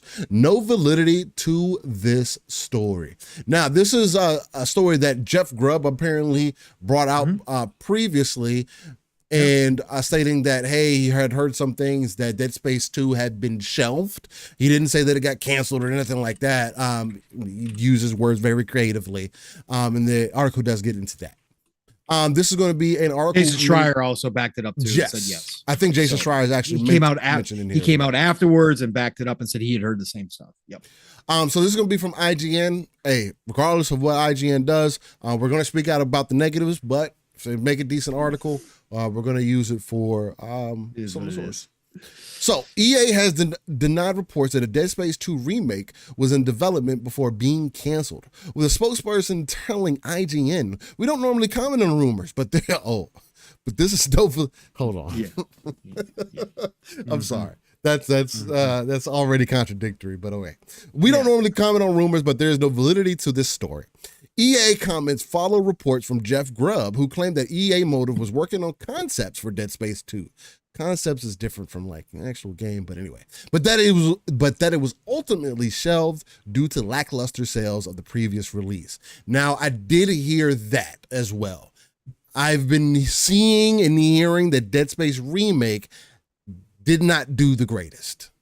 And if it didn't do the greatest, especially with the amount of effort that they put into that game this time around, again, it's not like they just changed some things. They essentially reworked the entire game, from what I've seen, at least. So with that much effort, that much time, that much money put into it, if it didn't get enough traction for you to go ahead and greenlight number 2, and you're starting to get some rumors like this coming out there, it's very likely that 2 was going to actually happen outside of the conceptual phase. Anyway, however, IGN understands that EA Motive never considered a Dead Space 2 remake. Jason Schreier says, a rumor today suggested that EA shelved the Dead Space 2's remake, which an EA spokesperson denied, saying there was no validity to the story. People familiar with the project tell Bloomberg that EA's statement is correct. Motive has been on other projects for nearly a year. There's an update in an article on Bloomberg. Reporter Jason Schreier confirmed EA's statement while adding that EA Motive did spend a few months conceiving ideas for a new entry in the series, but that none were greenlit and fizzled before they could get very far, in part because the Dead Space remake reportedly missed internal targets. The team then instead began exploring other ideas, while the bulk of the developers who worked on Dead Space moved on to different projects. In a post X on Twitter, he added that the chief hope was for a new game, not a remake of Dead Space 2, although both ideas were explored. Ultimately, he said Dead Space is on ice once again, which IGN can corroborate. EA hasn't reported the Dead Space remake's official sales, but it was the best-selling new game in the US in January 2023. A source tells IGN that the Dead Space remake was ultimately considered to have done well, though other reports suggest that it missed expectations. EA announced that Motive is forming a new team led by Dead Space remake developers Roman Campos Oriola and Felipe Duchame to support single-player and multiplayer objectives for Battlefield universe. Motive also insisted that Iron Man remains an important priority and that development is going well. The Dead Space remake was released in 2023 and had earning strong reviews for its visual fidelity and its creative expansion of the original game. It raised hopes that EA would continue with a remake of Dead Space 2. It's unfortunate that these games, especially when you remake them, are very, very hit and miss. Dead Space, from everything that I've heard, I went back and played the game. The first one, I want to say 2 years ago now. And I thoroughly enjoyed it. Again, it's definitely on that edge of being too much for me in some moments, but it is a good game in totality. And it was a cult classic from what everybody said to me. So to see it come back, I was expecting for it to get more hype behind it. But you know what? I feel good knowing that my Dead Space 3 save is good and that me and Pong are going to be able to go back to that and just enjoy it whenever we're ready to go back, because they're not going to remake it. Guys, go play Dead Space 2 and 3. I don't think they're as bad as people made them seem. And if you've played 1, I think 1 may, the remake of 1 going into 2, I think it may give you a little bit more of a closer feel to the game, possibly. I don't know what all they've changed, but nonetheless, definitely go try those out. It is unfortunate nonetheless. Again, if they split these teams up, well, not if they split these teams up, and you got people working on Battlefield, throwing more people at Battlefield. Now, I was listening to Jeff Grubb and Mike Minotti talk about this on their show on Thursday. No, it was yesterday. I was listening to it yesterday. I was listening to them yesterday talk about it, and they were more so along the lines of why go back to something that has continuously not done well in Battlefield. For example, the previous Battlefield and now 2142 have struggled, and it's kind of obvious that the team doesn't know what they need to do to get the game together. The only thing that was kind of disappointing to me that they didn't add in there. Again, we take Jeff Grubb's word for a lot of the content that he puts out there, and his opinion on things, because he does do, I think, modern day solid journalism, especially in the gaming atmosphere, that they didn't bring up Vince Zampella at all. And I think Battlefield is more of an important IP than Dead Space is if you're talking about the future for EA. You can get people to jump into a Battlefield before you'll get them to jump into another Dead Space, I think. And you'll get them more on a consistent level. And if you have Vince Zampella now over there, who is a god in the first-person shooter space, again, Call of Duty would not be what it is without Vince Zampella being one of the heads of the IP. Titanfall, you've seen his work, what he's done with that, regardless of what EA personally has done with it. Because I do put that more on EA than anybody else, outside of Titanfall 1, because it's kind of a suicide run. But Titanfall's not a bad game either. It's another one of those where years later the game gets a high influx of players, and then it might teeters off because there's no consistent updates coming out. So from that aspect, I do think it's the right move. Give Vince as much support as you can possibly give him. If Vince is able to turn Battlefield around and he has a true goal, a true vision, that's what Battlefield has been missing. Again, Battlefield tried to drop an entire a battle royale-like kind of mode, which seemed interesting, but it obviously wasn't good enough, right? They also, with the what was the other mode, like the creator club thing that they had for Battlefield 2142, where we were supposed to be able to play like Bad Company again and Battlefield 3 and all of that. They never flushed that shit out either, at least from what I know. I haven't been back to 2142, and last we talked about it, I thought that they weren't doing that anymore. And then also coming up, there's the next season of Battlefield 2142 is its last season. So much for a game that was going to live on for quite some time. As they said at the beginning, this was going to be one of their ongoing 2042, not 2142. 2042. 2042. So obviously there's a change happening. Somebody's turning the ship. Somebody has a direction that we're wanting to move into. And like Pong mentions all the time, in Vince we trust. Again, I don't think he's going to steer it wrong. Maybe he's able to bring the story elements and stuff to it, to tie some of those things in that people are looking for. I do think that this is going to be more so heavily invested into the multiplayer side of things and giving EA something that they can stand on. Especially moving forward with Call of Duty and all. What if Battlefield is able to figure out third person? You know how dope that would be? Third person Battlefield? No. Just as an option. As an option. It's a first person shooter. Just as an option. Listen to Battlefield. This is another EA thing. Again, 2042 was not ready to come out. They knew it. They launched it anyways. They didn't give the devs asked for 6 months still at the time. We went through all this. Devs asked for the 6 months. They said, you got 2 weeks. Like, bro, they launched it. EA and the heads of EA have been the biggest problem of Battlefield. The second biggest problem is the devs chasing Call of Duty versus continuing what made Battlefield fantastic, which was the Levolution, which was the design around the Levolution for each of the maps, and how the map changed throughout the course of a game, depending on how long that game was going on, the map, how it started versus the map, how it finished, which was an absolute desolate wasteland. Those are the old school factors that made Battlefield great.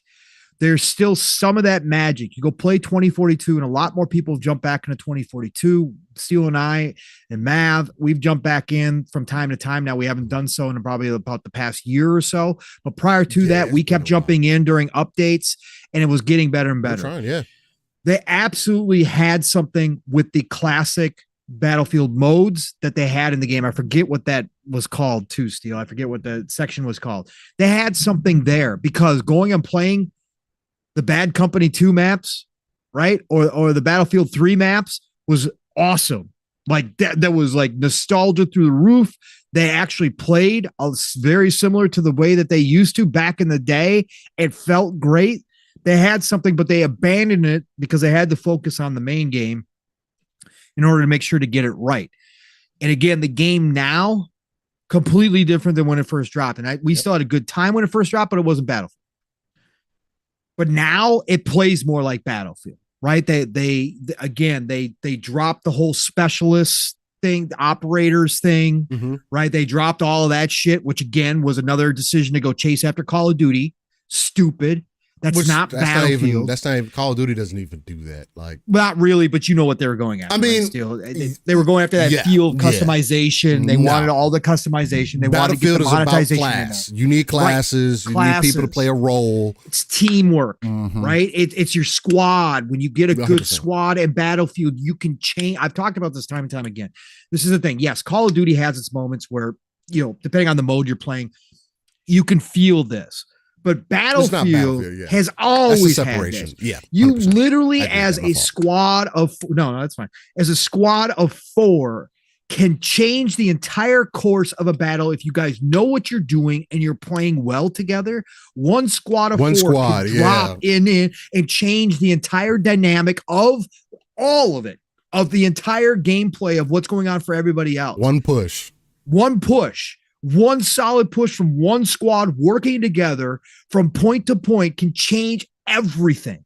And that you just don't get in very many first-person shooters. You never had it. What made Battlefield extremely special all these years, on top of course, Bad Company having a great story, and they should never have gone away from Bad Company. But that core gameplay was Battlefield, and they chased the Call of Duty thing, and it didn't work out. But Battlefield 2042 is playing great right now. People are having a really good time. I've seen a lot of people post some really good clips out of it. But again, they lost. They've been lost for too long. They lost too much. It's hard to fight that battle, yeah. And nowadays, again, as Steele and I and everybody else knows, right? And we talk about it all the damn time. It doesn't matter what type of franchise you are for the most part, right?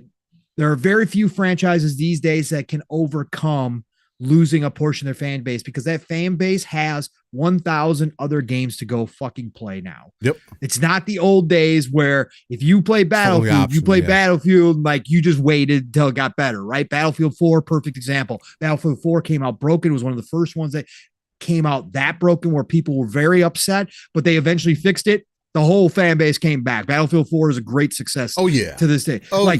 People still love Battlefield 4, but they don't have that luxury. You don't have that luxury as a developer anymore. No matter what franchise we're talking about here, there's a couple, right, that get away with it, for Call of Duty being one of them. They still get away with it because it's big. And again, it is what it is. But Battlefield just didn't have that. And they've done it too many times in a row. They eroded their fan base to the point when 2042 came out, there was a lot of people, the old school Battlefield players, that were excited for all the talk around it, for what they had shown. But when it came out broken, it was like, yeah, no, we're done. And they left, and they ain't coming back. Right. And so that's why Zampella and his team, again, and Zampella we trust, have a huge monumental task ahead of them. And that's why I've said from all along, I hope Zampella is smart enough to realize that the old school Battlefield, if it's brought back to that kind of mystique, if he can go back and reclaim what made Battlefield and not worry about the monetization, not worry about the Call of Duty bullshit, not worry about all the smoke out there, and just focuses on what made the core Battlefield gameplay unique to the point where it was competing almost 1-for-1 with Call of Duty back in the day. If he can go back and capture that, and again, Zampella, I think, is a smart man. He's proven himself. I think he can see this, and he can bring it back to that. You slowly can build back what Battlefield once was. That's why in a long winding road here, I was coming back to what you were talking about, that Mike and Grubb were talking about. Why do they keep going back to this well?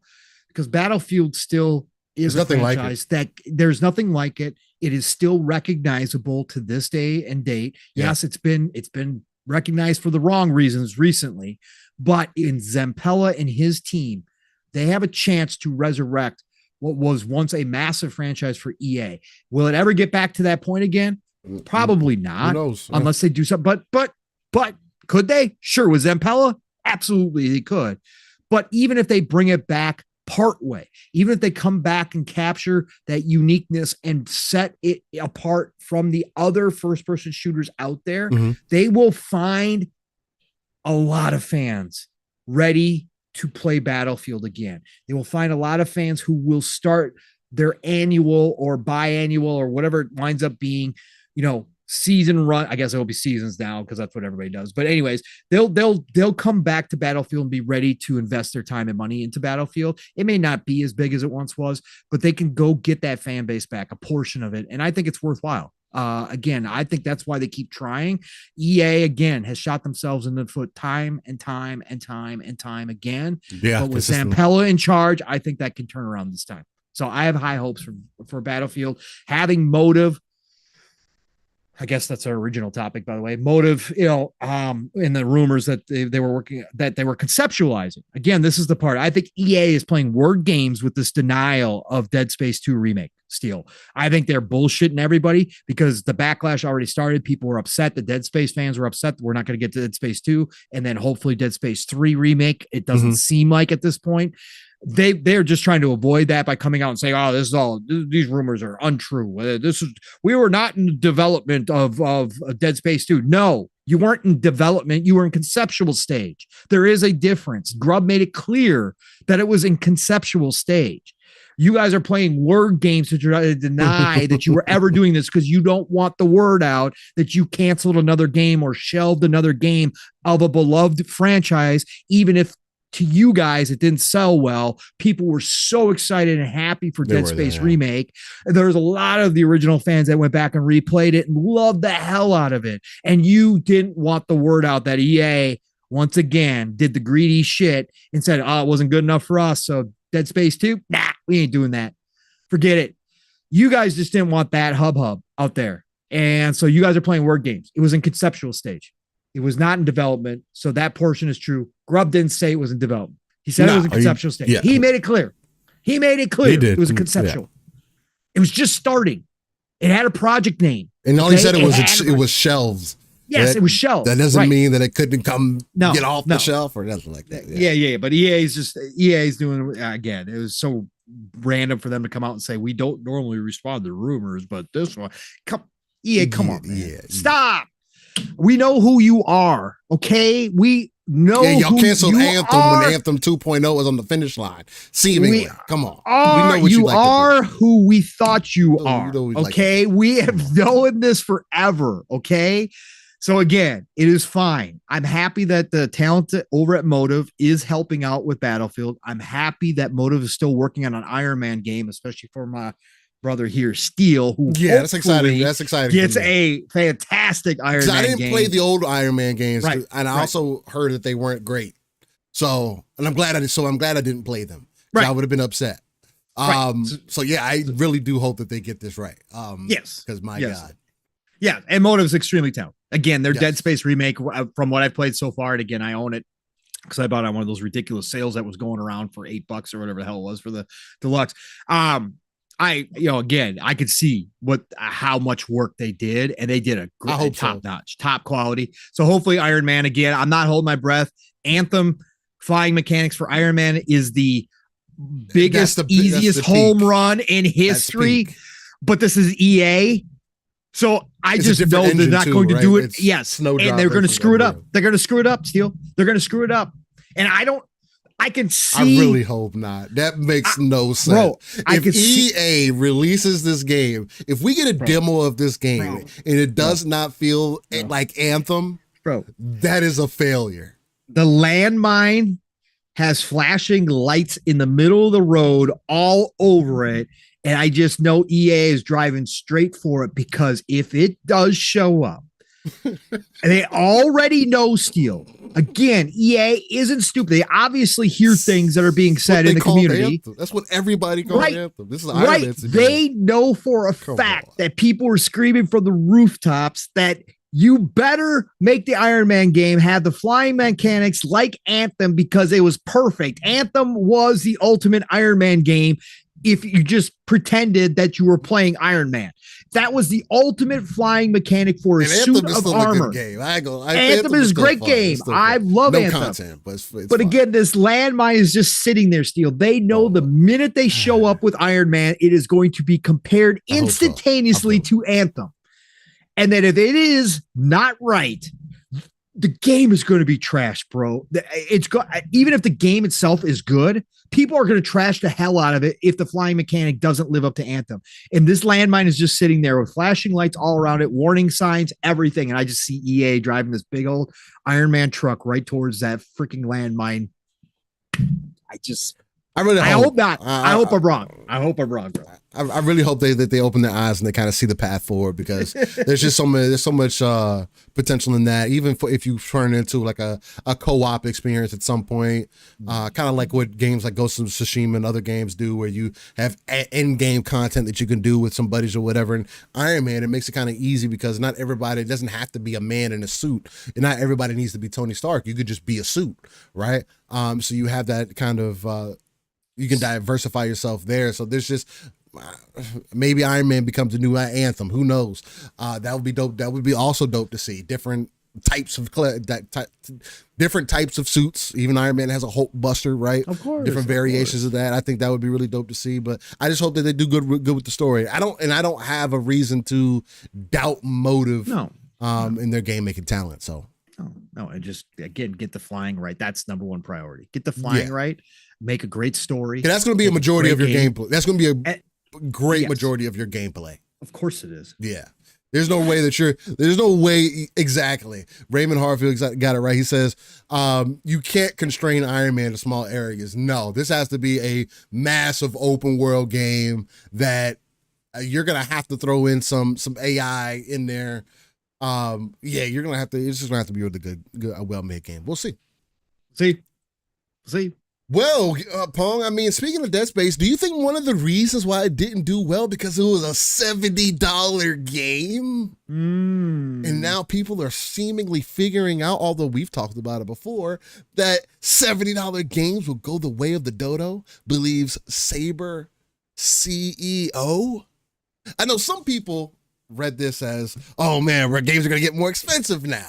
Still, they didn't read shit. No, they didn't. Because that's the problem, because you don't read the articles. We read the headline. That's not what even the headline didn't read like that to me.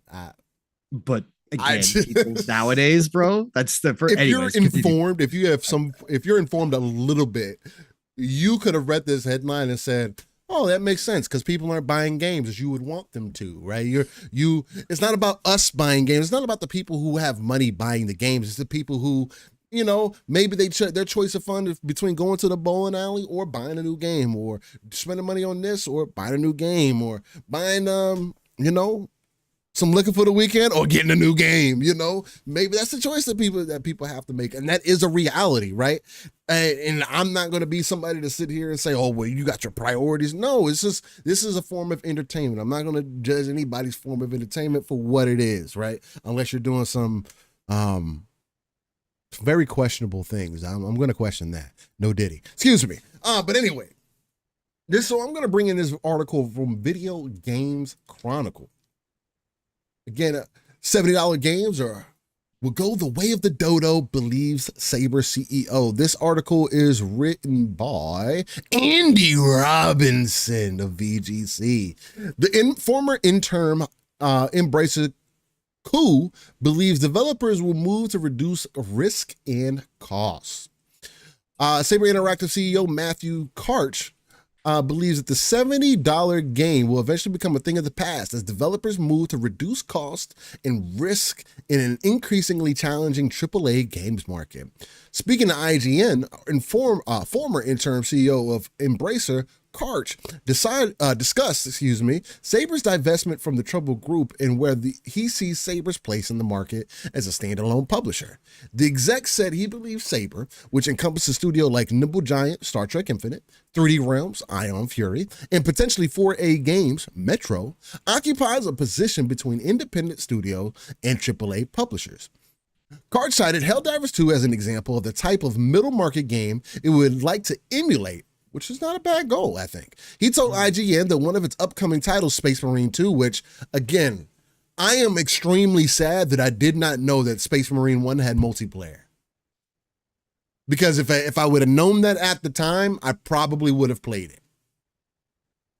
Now, that said, it didn't seem like the multiplayer lasted very long, but nonetheless, it's another example of a team giving you an additional mode that they didn't have to give you for a game that's not as big as some of these other games that have teams that are supposed to be so astronomically great, but for whatever reason, 4 years in development of a separate complete mode, they can't release it. But watch Space Marine 2 come out with multiplayer, and it'd be decent. I'm not saying it has to blow the doors off of anything. It just needs to be good. It could be Gears, baby. And I like Space Marine 1. And I've saw some additional gameplay of Space Marine 2. Woo! The game is looking really good. It's looking really, looks like the first, but a little bit more, giving you more of that action, a little bit more grounded even.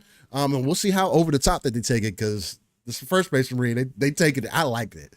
I feel like it was actually I feel like it was short, personally. I feel like it was too short. But anyway, Space Marine 2 will retail for $70, but only because he's concerned audiences would see a cheaper price as emblematic of poor quality, which, unfortunately, in today's day and age, depending on your game, especially a quality-looking game, if you drop the price on it, it does skew the perspective on it for whatever reason. But there's been some examples that have kind of done that. So I think that as games become more expensive to make, the $70 title is going to go the way of the dodo bird. I do, he said.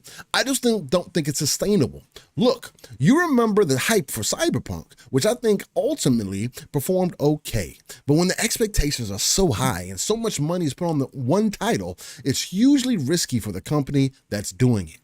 What if it fails? Well, CD Projekt Red also should have fucking made sure that the game was optimized. Instead of, and also shout out to the people at the top, all the shareholders and everybody, knocking on those doors and saying, hey, we need to release it.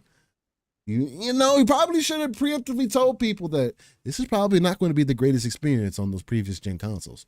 Just up front. But, maybe that's just me. You remember what happened when Ubisoft a couple years ago and all their titles slipped out of the year. And then all of a sudden they were in an entirely different place. It's hard to recover from that. Well, Ubisoft also has sexual allegation issues that they need to deal with that continuously rise up. There's also a lot more internal management issues. The Guillermos are seemingly not doing the greatest things for Ubisoft. So, there's some backstory to these things.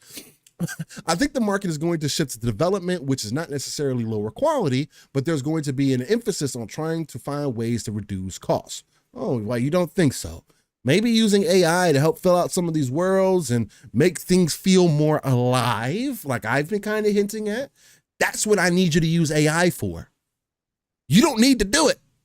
You can use all that time to go do something else that's actually going to benefit the player in the game, that moment-to-moment experience, because that's what matters. With thousands of job cuts announced across the games industry in the past 18 months, Karch acknowledged that AAA game development is going through a major shift and claimed that past trends of sky-high budgets and lengthy development periods aren't sustainable. I think that there's going to be a real shortage of game content coming over the few years, he said. You've seen how many layoffs there's been, and you see how many games have gotten killed. But we have a lot of good projects going on that I'm proud of, and I feel really, really strong about. I don't know about this sentiment that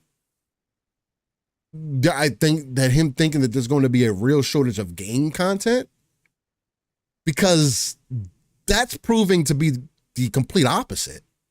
We're actually getting more game content. And yes, it might be from indie devs. Maybe he's talking from himself, from their own studio or whichever, or their own publishing side. Maybe they'll put out less games. But as we continue to move forward, I think indie games are going to continuously lead that path, right? Yeah, smaller games are. I think he is more focused on the bigger stuff, the AAA stuff, the big budget stuff. I think so overall, probably. Do I think that, content wise, the industry is headed for a period of time where they do obviously pull back from making so much? Yes, I do, because we've heard more and more devs and publishers come out and talk about the fact that, again, games are just lost now. I mean, what I think I put out the stat last year on PC, 12,000 games came out, like legitimately. Like, there's not all room. of them are good though. There needs to be there also needs to be a criteria that is put forth or something. I understand, but there's good games that are lost too, right? There's lots of good games that are lost. Established as well, and there's so many nuances. So, do I think that there's going to be some contraction in the industry overall? Yeah, I do. I don't think that the games industry is it's still growing, but again, the stats are now out. The top 10 list that we talked about last week, Steel, across all platforms, where the average game was 7 years old. Right. So there are more gamers playing games, but the vast majority of those gamers only play 1, 2, 3, or 4 games. Right. And they're the same games over and over again. And with the amount of MMOs, with the amount of games of service, with the amount of multiplayer games, with seasons and all that kind of battle passes and all that kind of stuff that keep people engaged.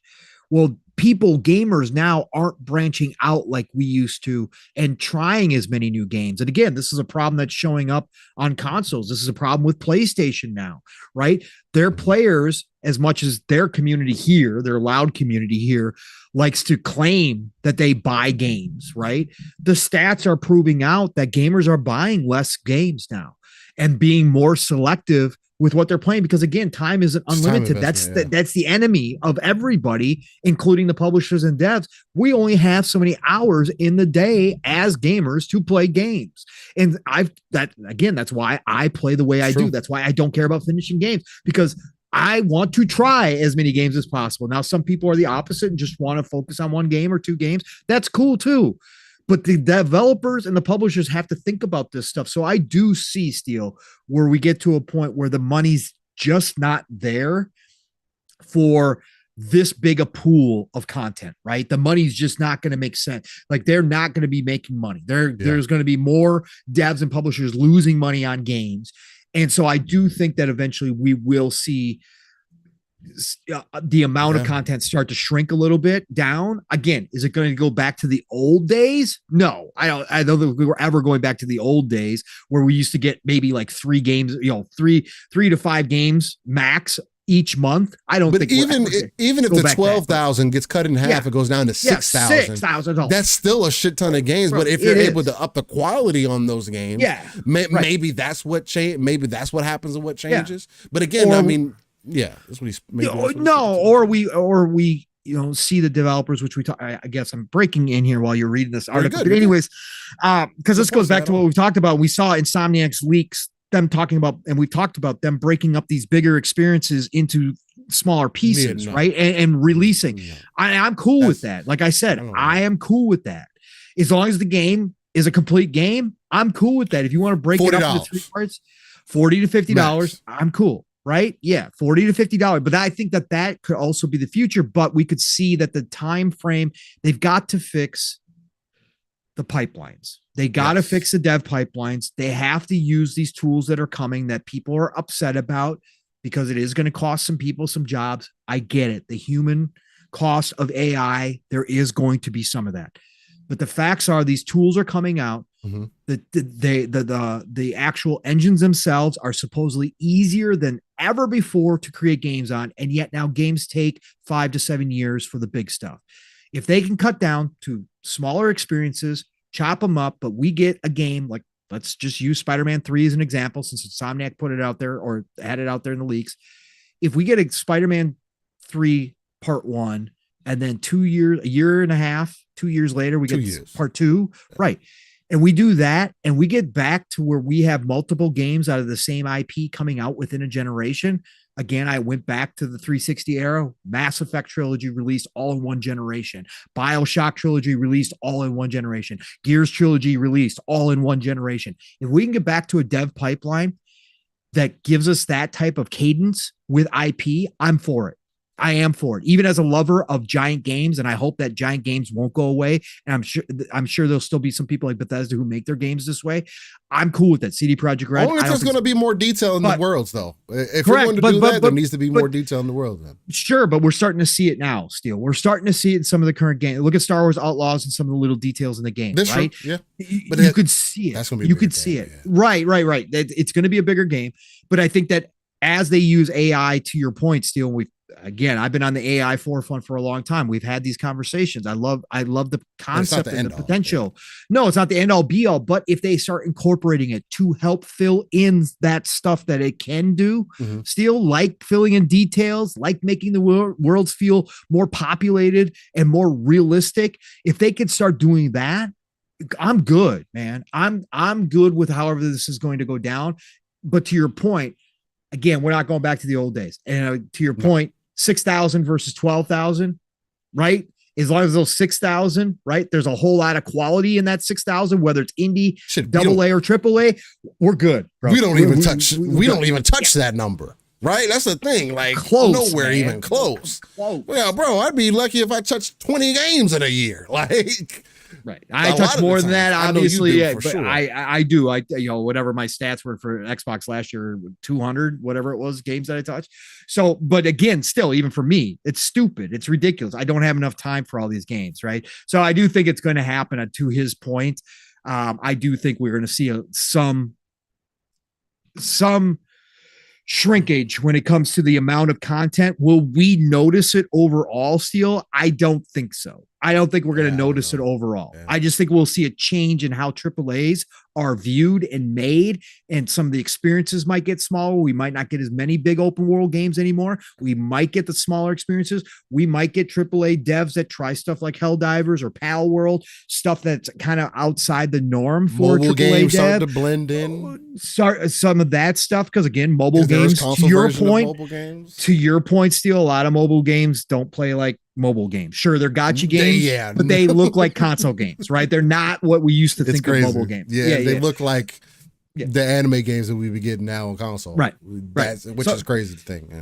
Yeah, I think that's his point here, is that, and which is, we knew was coming. The coming to Jesus moment for AAA was coming. You can't have 300, 400, $500 million budgets. No. There's very few games that can support that. Grand Theft Auto is always going to be the unicorn here. Okay. It's always going to be the unicorn. GTA. I do believe 2K is going to online, in the GTA Online is what has carried Grand Theft Auto's legacy forward. But they're to their point, they're single player though, Steele. I don't think if they only had single player, if GTA 5 only had single player, I don't think it would have been as regarded at like right now as it has been, just because of the role playing and everything else that people have been able to do with GTA Online. They literally were able to put themselves in a space that almost similar to The Sims in a lot of ways. Like all GTA needs to do now is figure out how they can become more Sims-like. And I think that's something that they're actually aiming for in the next GTA. And I think Sims is actually looking at how to do that as well, to make things feel more, not necessarily GTA-like, but even Sims, if you think about it, they're so intrinsically complicated system-wise for what they do with worlds. Yeah. Like it's crazy the amount of potential. But I don't think without GTA Online, I don't think they would have Rockstar would be where they're at right now.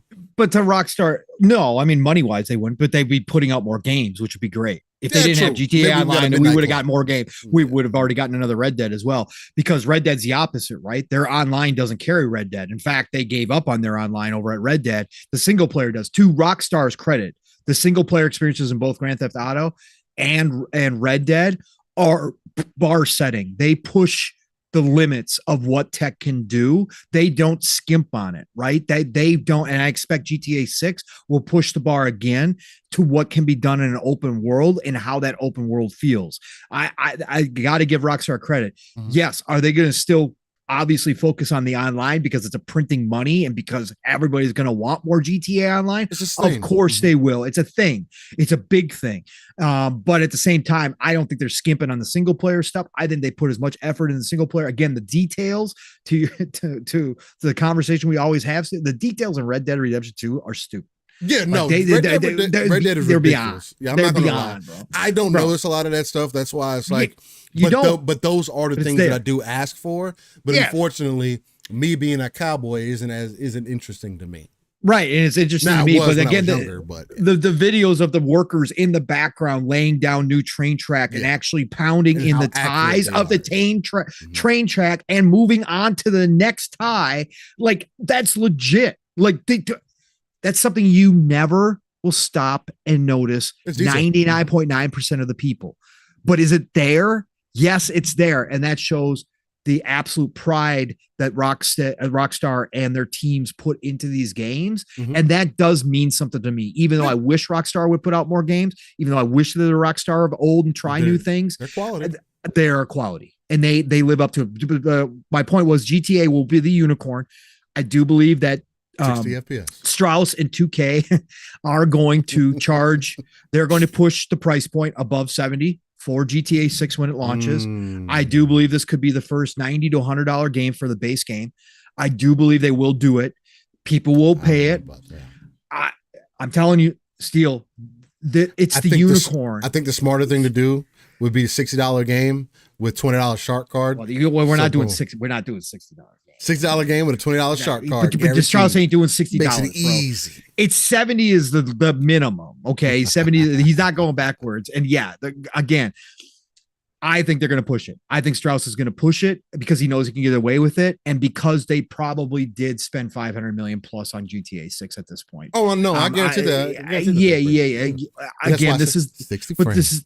But I ain't hold my breath. All that budget, 60. Hey, all I'm saying is we're in 2026. I don't even think we're getting PC number day one, bro. In 2026, if Rockstar can't deliver 60 frames, then they're not as great as we thought they were. Okay, that's what I think they. I think they put if it's not 60. Oh, I understand that. I'm not the biggest GTA fan anymore. So to me, I don't really have a whole lot of FOMO either. So if it's not on PC. And I can't get 60 frames on console. I'm not. You're right. I might not buy it day one. I'm not. We'll see. I'm guaranteed I won't buy it. We'll see. But anyway, I think Sabre's CEO. Yeah, this guy's on.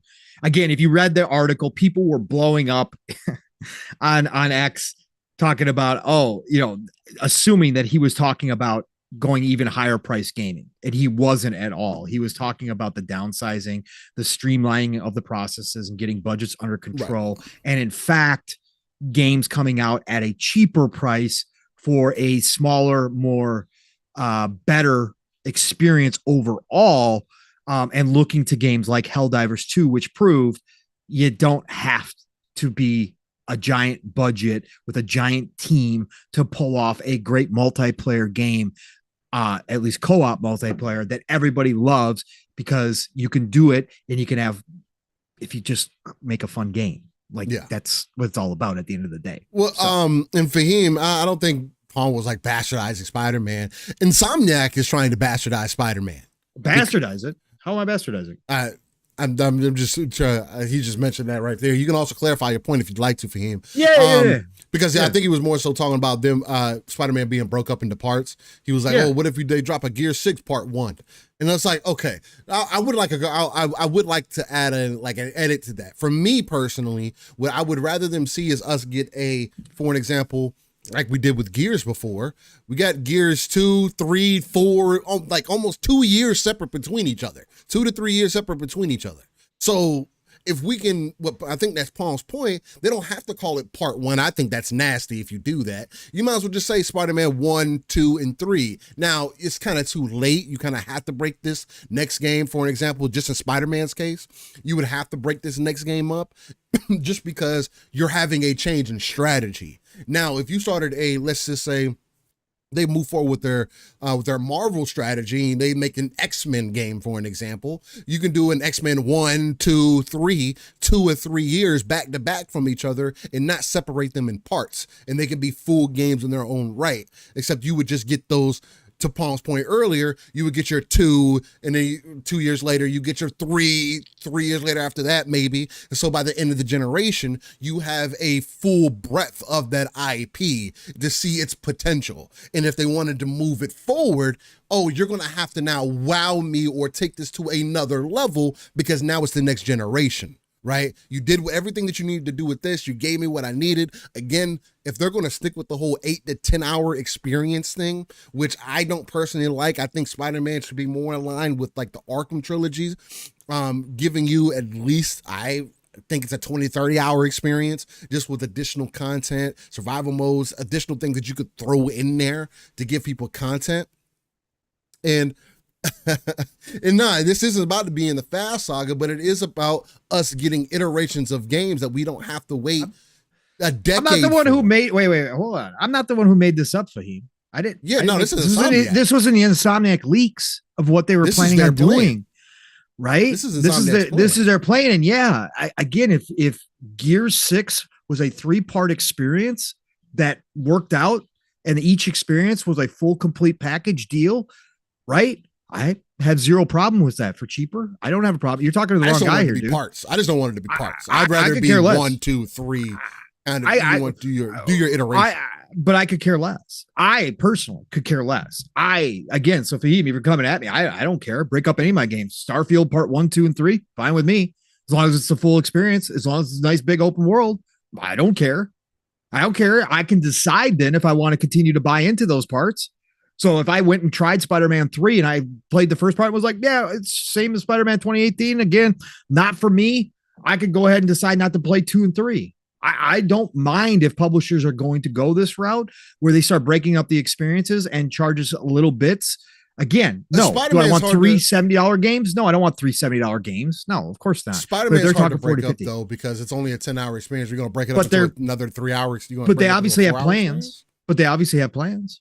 So they're obviously thinking that far. Maybe the story gets bigger overall, right? Maybe it's a 20-hour. And to your point, and that was going to be the point that I made. And to your point, you have to keep in mind as well. Pong is saying that it still has to be a complete experience, right? It can't be like for example, it can't be modern day Starfield and it's only a third of Starfield.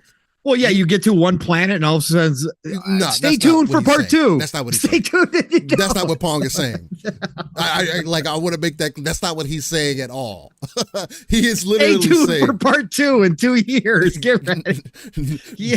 No, that would be trash. We're fast traveling in space, and also the black screen pops up. Thank you for playing part 1 of Starfield. Expect Starfield 2 in 2 more years. Now insert disc 2. That's basically what it is. Except we'd have to wait. That's not what he's saying for him. Maybe that was getting jumbled up. He still wants them to. They still need to be, and I hear you on that too. As I'm thinking about it, I would still rather them be numbered. Why give it a part? Just call it 1, 2, 3. Like, come on. Why does it need an extra name? But if you are going to do that, kind of like how they've done with Final Fantasy Remake, if you're going to split it up into parts, make sure that each part is its individual game. Right? That it stands out by itself. And again, although Paul may not feel that way, Final Fantasy Remake is different from the original games. Are they? I know it's different. I know. Are they using some of the original content? Yeah, they are. And then now, even with Rebirth, from what we're seeing, it's becoming even more different. Although they're still pulling, which I think is an interesting way to take something that is old and kind of bring it to the new, right? Especially with the combat systems and everything. But it's 3 full priced for games. Yes, they're all $70, which is kind of like. And look what happened. I wish they were sale. Yeah. The sales numbers are now out, Steel. 2 million copies for. It's selling less than Remake. So again, that's why I say it's got to be priced right. Again, I'm not asking for $370 games that would originally been $170 game. No, I'm not saying that. I'm saying, but if the devs and publishers go to $340 or $50 experiences, right, and they're full experiences, then I'm cool with that as long as the cadence it picks up and we get them, and it's not 5 years in between each piece, that it is just a couple years max, right? Couple years max. Like, I'm cool with them going that route if they think they're going to be in a better spot doing it that way. But again, case in point, that's why I said not $70 experiences, because we've got the numbers now for Final Fantasy. If Final Fantasy, according to the fans, greatest RPG, and this is the one of the greatest remakes ever of a game that was already goated, and people are going freaking nuts for it, and yet the second part is selling below the first part, and people are now going, whoa, what's wrong here? Well, you locked it down to one platform, number one. That is obviously, again, being proven to not work in this day and age. Man, you locked it down to one platform, and that group of people that is so loud on here on X, right? It does not obviously represent the mass portion of the PlayStation community, because the PlayStation community is not showing up in droves to buy the second part of Final Fantasy VII, the remake, right? Because again, I know each one has its own separate title. I know people are saying each one's its own experience, its own story, but they're not buying at the same clip as the first one. So, and this is Final Fantasy, right? Big giant IP, Steel. Like, what does that say? Final Fantasy 15 in its first month sold 5 million units. Huh? That was supposed to be the one, and that's the Final Fantasy that everybody said that they did not like that. And it was everywhere. Again, and that game only got better over time, actually. Yeah. And overall, since 2016, I think the number they've got sold over 10 million units. Yep. It's kind of crazy to think about Final Fantasy. This isn't some wayside IP or no. This is like a traditional to gaming. Like, you don't think about gaming without throwing Final Fantasy in the mix, right? And this is based on the GOAT of GOATs, Steel, according to most people. The GOATs. Yeah, that's true. These are for the vast majority of Final Fantasy fans, these are their favorite characters. This is their favorite storyline. Cloud is iconic. Right. This is like it. This is peak Final Fantasy being remade in high quality. Again, as much as I say, don't talk to me until all three are out and I can buy them somewhere altogether. At the same time, I don't look at that game and go, oh, they didn't put any effort into it. No, this is full blown. And to Steele's point, I understand that they changed the story, that this is actually a different Final Fantasy VII, but this is beloved and it still can't sell well. I mean, again, I'm not downplaying 2 million copies sold, but in terms of Final Fantasy, in terms of Square Enix, in terms of what they expected by signing an exclusivity deal with PlayStation, do you think that Square Enix, knowing their history, is happy with 2 million selling less than the first one did? Absolutely not. I imagine Square Enix was thinking it was going to pick up over the first one because so many people were so happy and excited about the first one and loved the first one. I'm assuming they thought that more people would jump into number two and that would increase to the sales of number one again as more people jumped into it. And the opposite is happening right now, man. Yeah. That's a good point, Raymond. Does the Final Fantasy fan base want action games or RPG turn-based games? I don't know, because no matter what, a lot of people didn't resonate with 13 either, or 12, and 16 got its slap around too. 16, yeah, because it was an RPG. It's on the. It's really weird where they're at. Final Fantasy 14 seems to be like the sweet spot for them, and that is an MMO. Right. And it's more traditional. That's kind of crazy. Like just the concept of that is just crazy to think about. Again, I mean, we talk about other IPs that have lived for some time, right? Yeah. So everybody else in the hat, and then you see these kind of things happening, and you're like, does that make sense? Would it have been better? Would it have done better if Final Fantasy VII was a $50 game, $60 game? I'm not here to establish that or say what is the best and what's not. I do think that there's obviously an issue here. And as a company, I would imagine that they're looking at it, and that's why you're hearing them, Square Enix, want to diversify in their content strategy, which again, they've already been in conversation and everything with Xbox. Final Fantasy 14 coming to Xbox already is already a lead in that charge. It's only going to be a certain amount of time before everything else comes. Things aren't these. There's just certain things that don't age the same. It's not the same wine. And the industry's changing. Yeah, that's gamers' habits are changing. What we like is not what everybody else. 4 years in between those two games still. Like that's again, the remake launched in 2020. That's what we were just talking about. The cadence has to be better if you're going to do something like this. Keep it fresh. Updates. Marketing. Yeah, man. That's not the other thing that I've also noticed since I've been more active in like these communities, YouTube, Reddit, Twitter, and all that stuff. I don't see these people's community pages promoting the games on any front, really. Why am I on Twitter and my timeline isn't filled with more of community manager pages talking about their games or people playing their games or sharing screenshots or gameplay that is like the best way. You should be on every platform, shorts, all these content that you should be making. Hey, maybe you need to hire me because I got the idea, but I'm just like watching everybody else do this with other content. And I'm looking at gaming like, why aren't y'all teaming up with these creators or people that are playing the games on Twitch that play your games day one, literally give you thousands of hours of content? You should be paying somebody 6 figures a year for them to just sift through this content to post on an account. To flood, hey, every day. I need you for 6 hours, 4 to 8 hours every day, flooding timelines with content, looking, sharing, getting the community involved. That's how you build things up, word of mouth. You make it undeniable. Why are we in a digital era?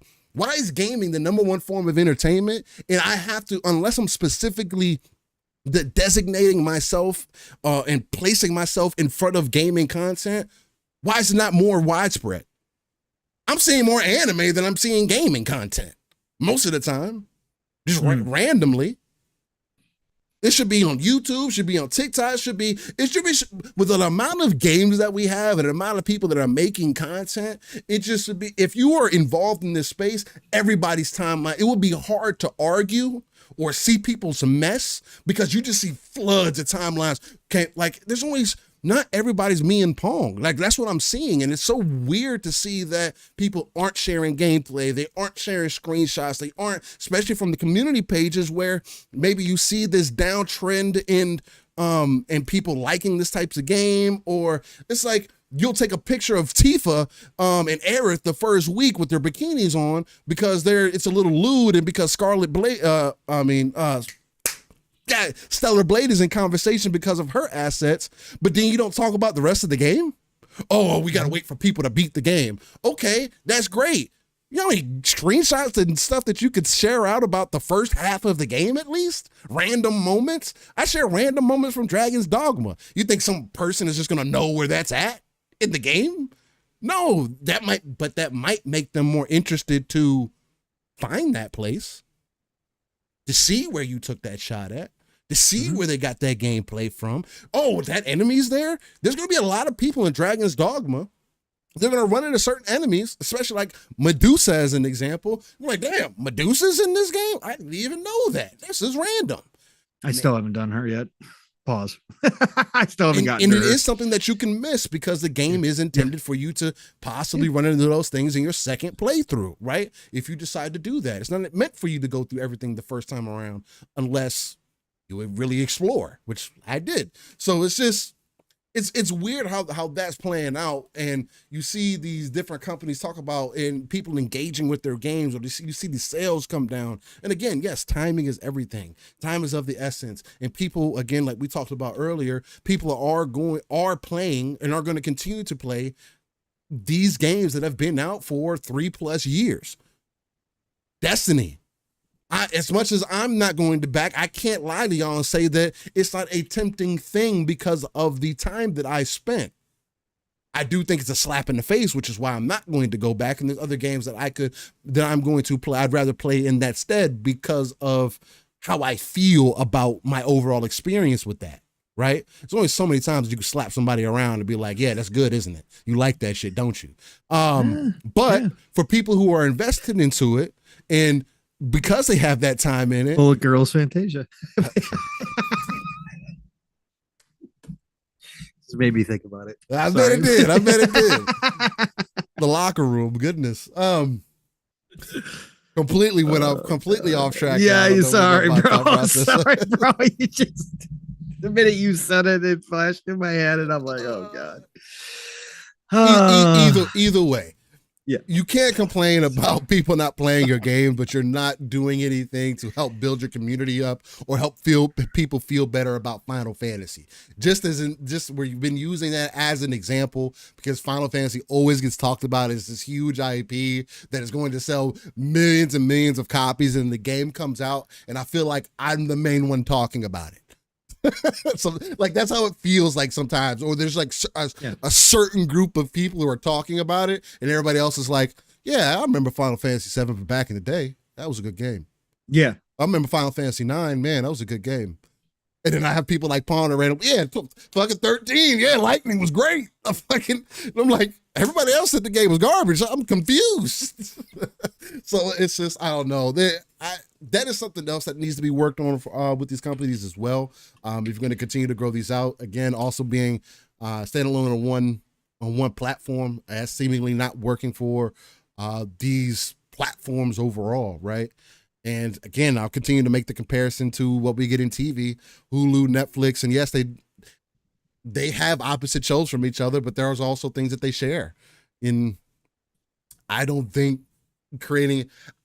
think creating platforms that allow you more viability and allow you more options is going to be the biggest boon for all of these companies once they figure that out, especially for second and third party developers, not first party, because that's the other super weird thing about it, especially when second and third party developers start seeing more of a huge influx in cash flow and in development time and all that stuff. I think it's all going to come and work in tandem. So yeah, no, and I get it. And I saw Chris Coleman post, so not everybody wants to share their gameplay. No, I totally get that. Steel wasn't saying that everybody should. It was more about the community managers, and I was going to point this out. The people who they can scrounge that stuff.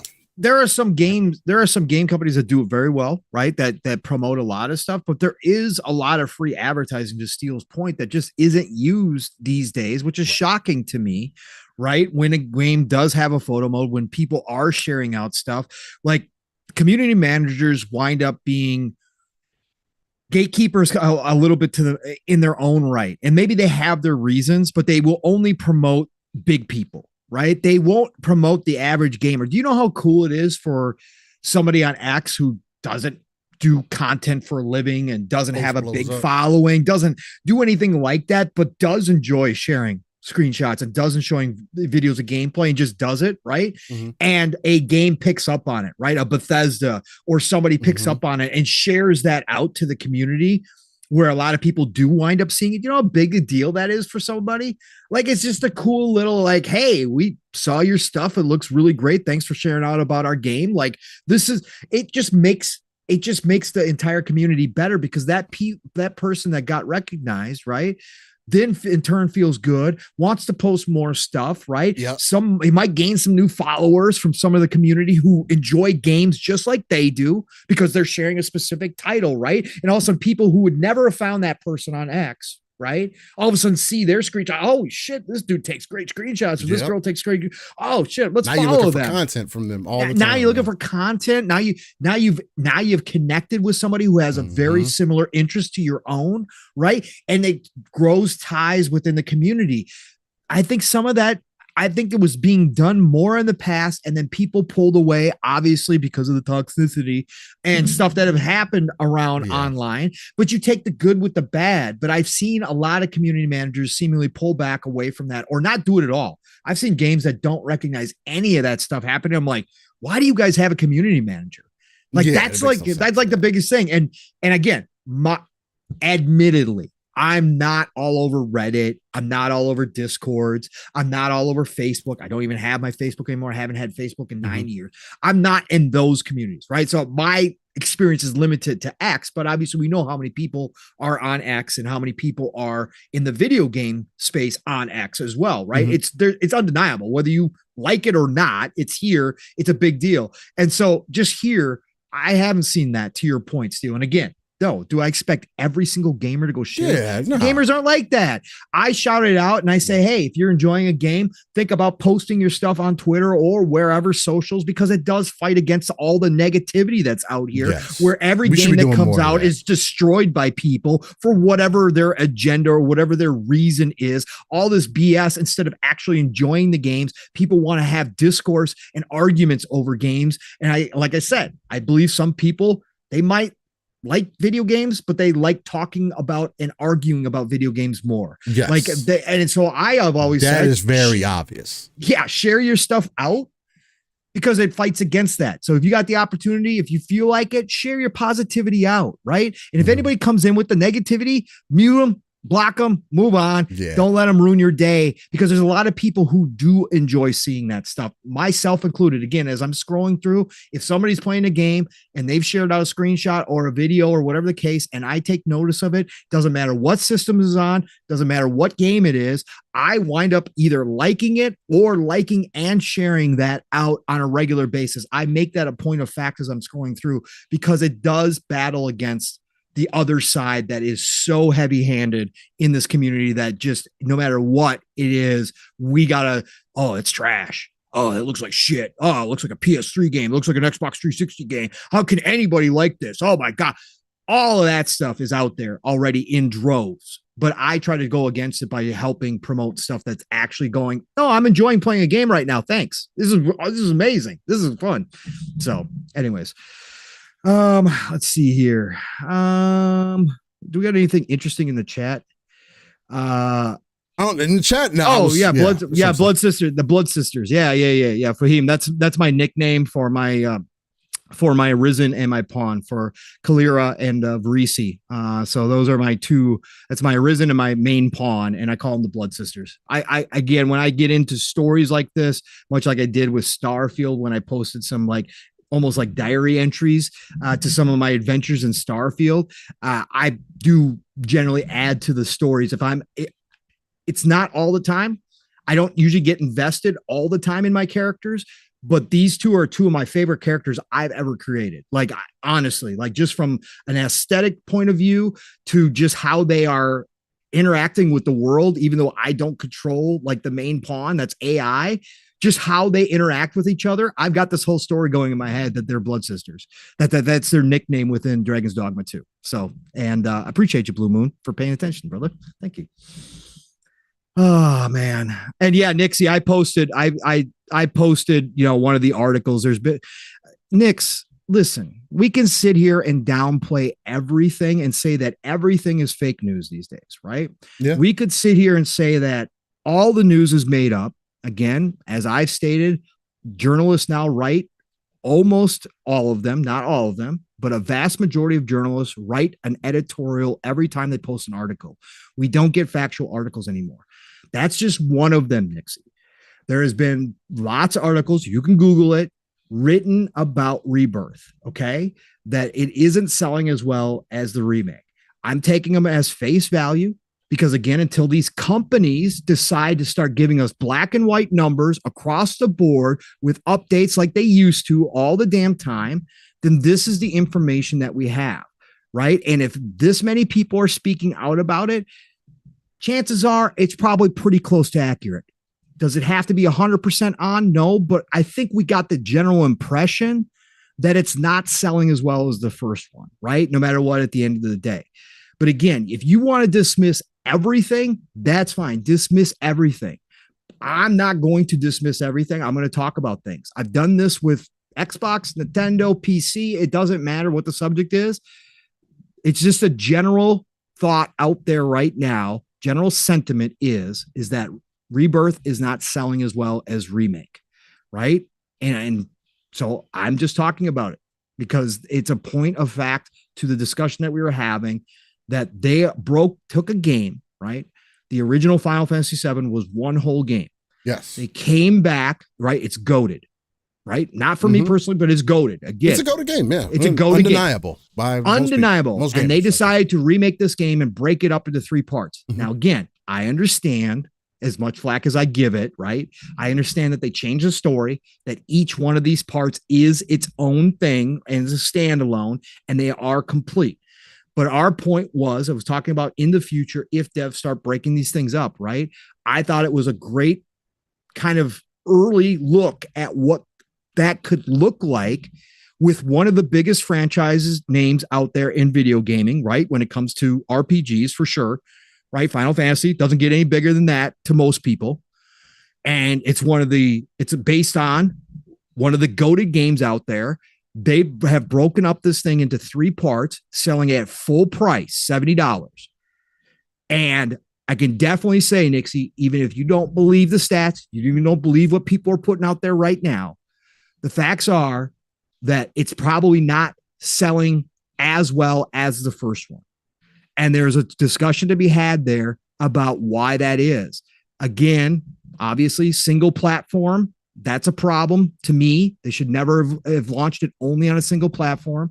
4 years in between, which is a part of our discussion where I was saying, if you're going to do it, I want the cadence to be quicker, 1.5 years, 2 years max between those parts.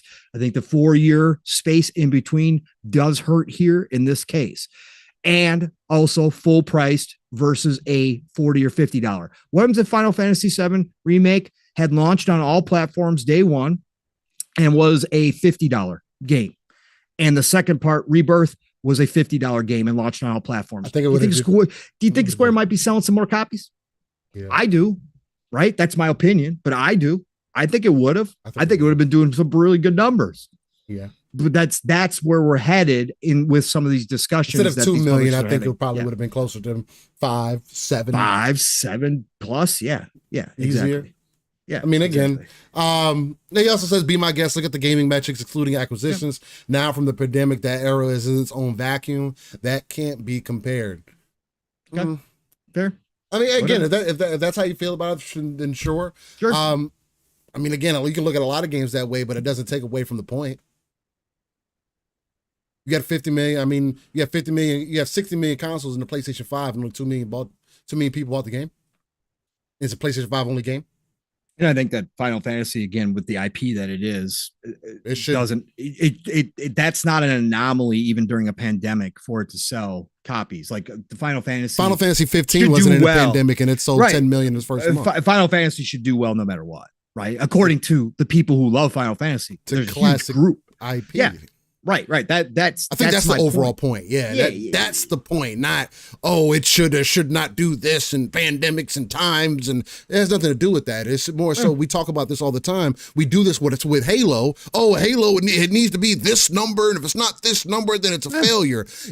Yo, Nix, like if we're gonna do that, and let's be consistent across the board. People say with Halo, people want Halo to be what Halo was in 2001 or in 2004. Or 2007. That is not ever going to happen ever again. Yeah, that is a disingenuous conversation to have when people try to make that comparison of what the game is today and what the game was back then. There's also a completely different audience that people are speaking to. God Emperor Sofa King, member for 5 months. Thanks for being part of Splitters. He says, Nixie, Spider-Man 2 has 10 million. Why can't Final Fantasy? And I would say that Spider-Man is a bigger IP. It is. 1,000%. Yeah. Yeah. And it was cross-generational, right?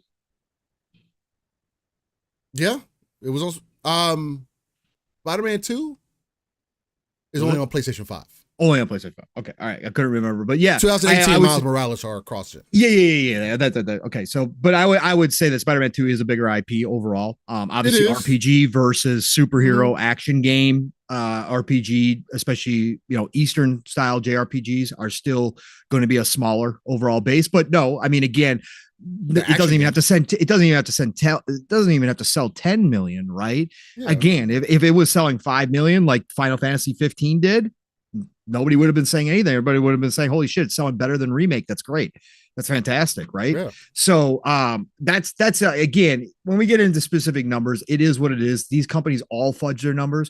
They all play with their numbers. They all lie at the end of the day. Taking it for what it is. Taking it for what it is, just our upfront. opinion on it. Yeah. Yeah, and it was just in point of fact, it was just an example of a game that we have currently that is splitting up into 3 parts, as each one a full experience. As we were talking about, we have a perfect example right here, kind of seeing how it's doing. Right. So that's the only reason why I brought it up specifically. No, I think that's a good point. And again, I mean, people are more than welcome to see things differently, think differently, feel differently. I mean, that's what this is about, right? I'm not saying that we're 100% accurate or the guys to be the end all to be all, but this is how we feel about it, right? And I will far from that, my friend.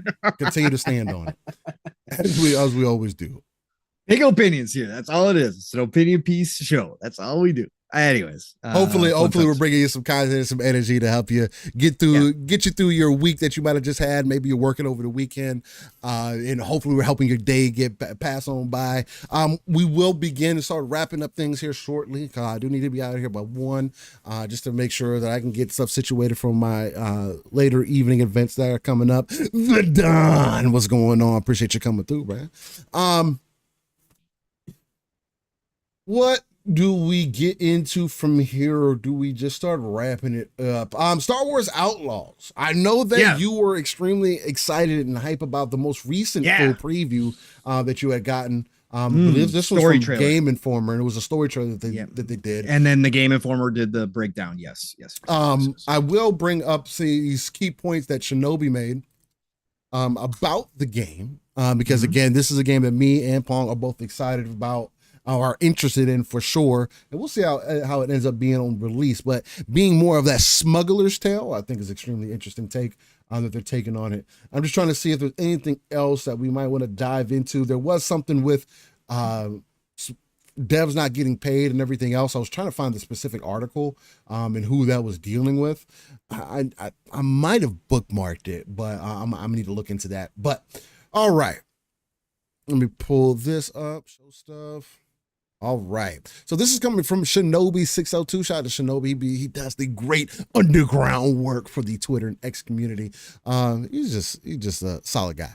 All right. The full preview was done at Game Informer, but I'm just going to go over some details that I see here. So he goes in to say, excited about how far you can manipulate the various systems in the game. You will be able to visit recognizable places like Tatooine, Gajini, and Akiva, as well as new ones like the moon Toshara, created from scratch by Massive. The team focused on creating a compact, dense city experience in Mirogana, Toshara's capital, with lots of activities rather than making it expansive with not much to do. There are shops, arcade games, betting areas, and sabacc tables in Universe card game, which I think is dope. I might end up spending some time in that accidentally. That always gets me. My most time I've spent in Witcher was doing that, other than my most recent playthrough. Because before that, I spent like 3 hours in the card game, and I was just stuck playing that. Gwent, I believe it was called, right? Yep. Gwent. Each city has a cantina, which serves as the central area for getting intel and finding work. Well, that's dope. I would hope so. Reputation system represents your standing with the crime syndicates. Can range from terrible to excellent. Okay. Gives me something to work on. Having good rep with any of them can have benefits like coming to your aid when you're in trouble in the open world, offering special stock, or letting you walk around their territory freely. I like that. It gives you some breath and gives you some, makes the world feel alive. Like it's not just you. Again, I'm really liking the way some of these open world games are transitioning where they actually place the character, what the focus actually is. Their world more so interacting with you more so than you interacting with the world, right? I think if we start hammering that out more often, we might have a true special experience in open world games moving forward. All right, your creature companion Nyx can be used to distract guards, take them out, and stealth your way around. Using stealth can help avoid your reputation taking a hit if you get out of places undetected. So again, this is going to be something that you're going to have to mind a bit. This kind of reminds me a little bit, not this exact mechanic, but this reminds me a little bit of Splinter Cell. Making sure that you get as good as you can by the end of the mission. You can disable alarm systems, security cameras, etc. to avoid detection. Being detected would drop your reputation. So definitely a huge emphasis on more of that spy kind of thing, making sure that you're sneaking around, really being real sneaky, thief-like. Choice examples, giving damaging information you found on a job to one syndicate versus the other affects your rep. Again, big choices to be made. I like seeing that. Maybe everybody's going to have a different kind of end game because of who you chose to give information to, intel to. Maybe you didn't give intel to nobody, and now everybody's beefing with you. Does that change it for you? And you got to have this huge space battle towards the end. That'd be interesting. Your speeder can be summoned instantly. Feels excellent and smooth to drive around. I hope so, because the trailers don't do it any justice. It looks stiff. But again, you get it in hand. We see how that goes. And then you can upgrade your weapons with new abilities to access new areas. This is very Jedi Survivor-like or Jedi Fallen Order-like in this aspect, which is, and again, I don't necessarily mind. I wish there was other ways to access this, because sometimes backtracking can be a little annoying. But again, it just depends on how the overall gameplay of this goes. From everything that you saw from this most recent preview for Star Wars Outlaws, Pong, has it enhanced your excitement for the game? And are you worried that she's ugly? God, man. No. No? I'm not. No, let's start there. No, I'm not worried. Again, that if a character is beautiful, bonus points to the devs. Okay. I got to sit and look at a character for hours, however many hours it's going to be, whether it's 5 or whether it's 500. The character is beautiful. Great. It's a bonus point for me. You guys all know I enjoy good looking characters. It's a power fantasy. So again, Hollywood, generally promotes very beautiful people. Not everybody. There's all different types of actors out there, but for a lot of roles, again, most people would generally consider a lot of the top movie actors as beautiful people, right? So again, devs have a choice to make. There's a discussion to have. Unfortunately, these days we can't have discussions. As I said on Thursday night with Mav, without it being good versus evil, whichever side you're on, there is no in between. There's no real conversation that happens. It turns up most of the time into vicious name calling and all sorts of claims of isms and all sorts of things that is nonsense just because somebody has a different opinion than you. I do think there's a discussion to be had of what Western devs are doing. I do think that some Western devs are purposely downplaying their characters in their games and changing them. I do think that is happening. I do think it is a conscious decision from the devs. And again, so I think there's a discussion there, but nobody wants to have it in a real way because we've lost the ability to do so. So Kay Vess's looks are just fine. Again, as I said Thursday night with Matt when we talked about this, she looks like somebody who grew up in the streets. She looks like somebody who is involved in the seedy side of Star Wars. Her character fits it very well. I've seen some really good screenshots of her, and I've seen some terrible screenshots of her, like in a lot of games. Yeah, I'm gonna wait till the game comes out. Yeah. But is that going to affect my hype for the game? No. Again, because that's just one small aspect of the game. If the story is great, if the exploration is cool as hell, if the world lives up to what I imagine it to be as a Star Wars fan, the old school Star Wars fan that hasn't been happy with a lot of Star Wars content lately, if they give me a story that harkens back to the original trilogy, that I can feel it, that's what I'm looking for. If they're giving me the ability to not just play as a good character in a Star Wars game, which is generally what we wind up getting. They're letting me play as somebody who is in the crime syndicate kind of world and kind of in that gray area and is very selfish. It's all about her and about Nyx, but it's all about her and getting hers, right? I'm good with this. Like, this is why I got excited for this game in the beginning. Again, does it have some cheesy one-liners? Of course, Star Wars movies do. A lot of movies do. A lot of games do. But overall, is the writing hitting with me? Yeah, some of the characters in the story trailer definitely hit. And then with this list of different things from Game Informer that they highlighted about the game, yes, Steel, this is speaking to me. Again, stealth action game, give it to me. You guys know how much I want Splinter Cell to come back. Love stealth in games. Generally speaking, in Bethesda games, I'm a thief, so I'm stealthing around everywhere anyways. I love being in that role. The fact that they're going to give us bonus points for not getting caught and doing that kind of stuff, cool. The action looks great. The fact that we're going to have potentially some gambling here with some card games, like Steele said, yes, please. Always love that kind of side stuff in a game. Love the aspect of kind of like the main hub world where you go get your missions and then you go out into the greater world. The speeder looks great. They said you can call it anytime. That's always a good thing, and it feels good, they said, in this game.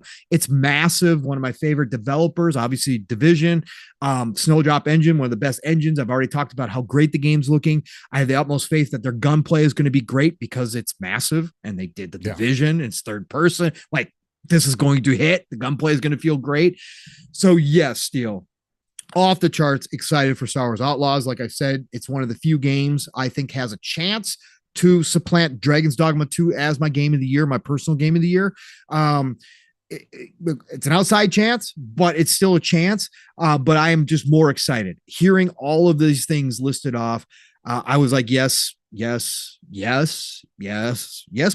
Yes. I was like, this is perfect. This is exactly what I was thinking this game was going to kind of wind up, just from the small gameplay segments we got so far. So Star Wars Outlaw, that and Avowed, top 2 on my list. Now that Dragon's Dogma 2 is out, got Homeworld 3 in there. Obviously, is a totally different genre. But again, Star Wars Outlaws and Avowed are the 2 big AAA games I'm looking forward to this year. Also, Steel, I mean, again, people suddenly were surprised at Ubisoft's pricing.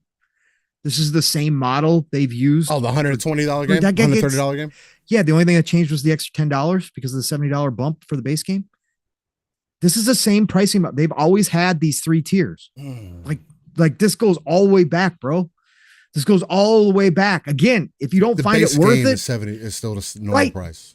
Right. That's what I'm saying. The only difference in their pricing, this is Assassin's Creed Valhalla pricing. Yeah. Okay. Like, you can go all the way back. Watch Dogs, their single player games have always had these 3 tiers. Like that. I don't know why people thought this was outrageous. Again, if you don't agree with it, hey, you got the opinion, you got the option not to buy it. In fact, with Ubisoft now, you've got the option to join their subscription service if you don't want to pay full price. And the other thing that I did tell people, I'm the budget dude. This is going to be one of the very rare Ubisoft games that I buy out the gate day one. Normally, almost all my Assassin's, almost all of my other Ubisoft titles I have purchased, including a lot of the latest Assassin's Creed. Now, Valhalla was different because it was, current gen. I want to see the Series X. It was beautiful. I bought it. Right. But most of the Ubisoft games, I wait for their sale because their games go on sale 30 to 60 days after they launch. Always. There's generally a sale for like 30% off, 40% off. And if you wait like 6 months, bro, you can get the Ultimate Edition for 50%, sometimes less. Yeah. So again, if you don't have FOMO, like I don't normally, again, this is one of those games where, yes, I'm going to buy it day one. But if you don't have FOMO, even better, because you can just wait and buy this game super cheap down the road when it's been patched out, when all the content's there, the season pass is there, everything is there for you to go play if you choose to do it that way. So this is just one of those places. And again, for me, I'm joining their service. I'm going to join their service, play this game. It's gonna be, I'm going to play it because, again, the DLC is not going to be out for it. So I'll pay my money for a month, right? Play the hell out of the game and then shut off my subscription service unless I want to keep playing other Ubisoft titles, which I may do.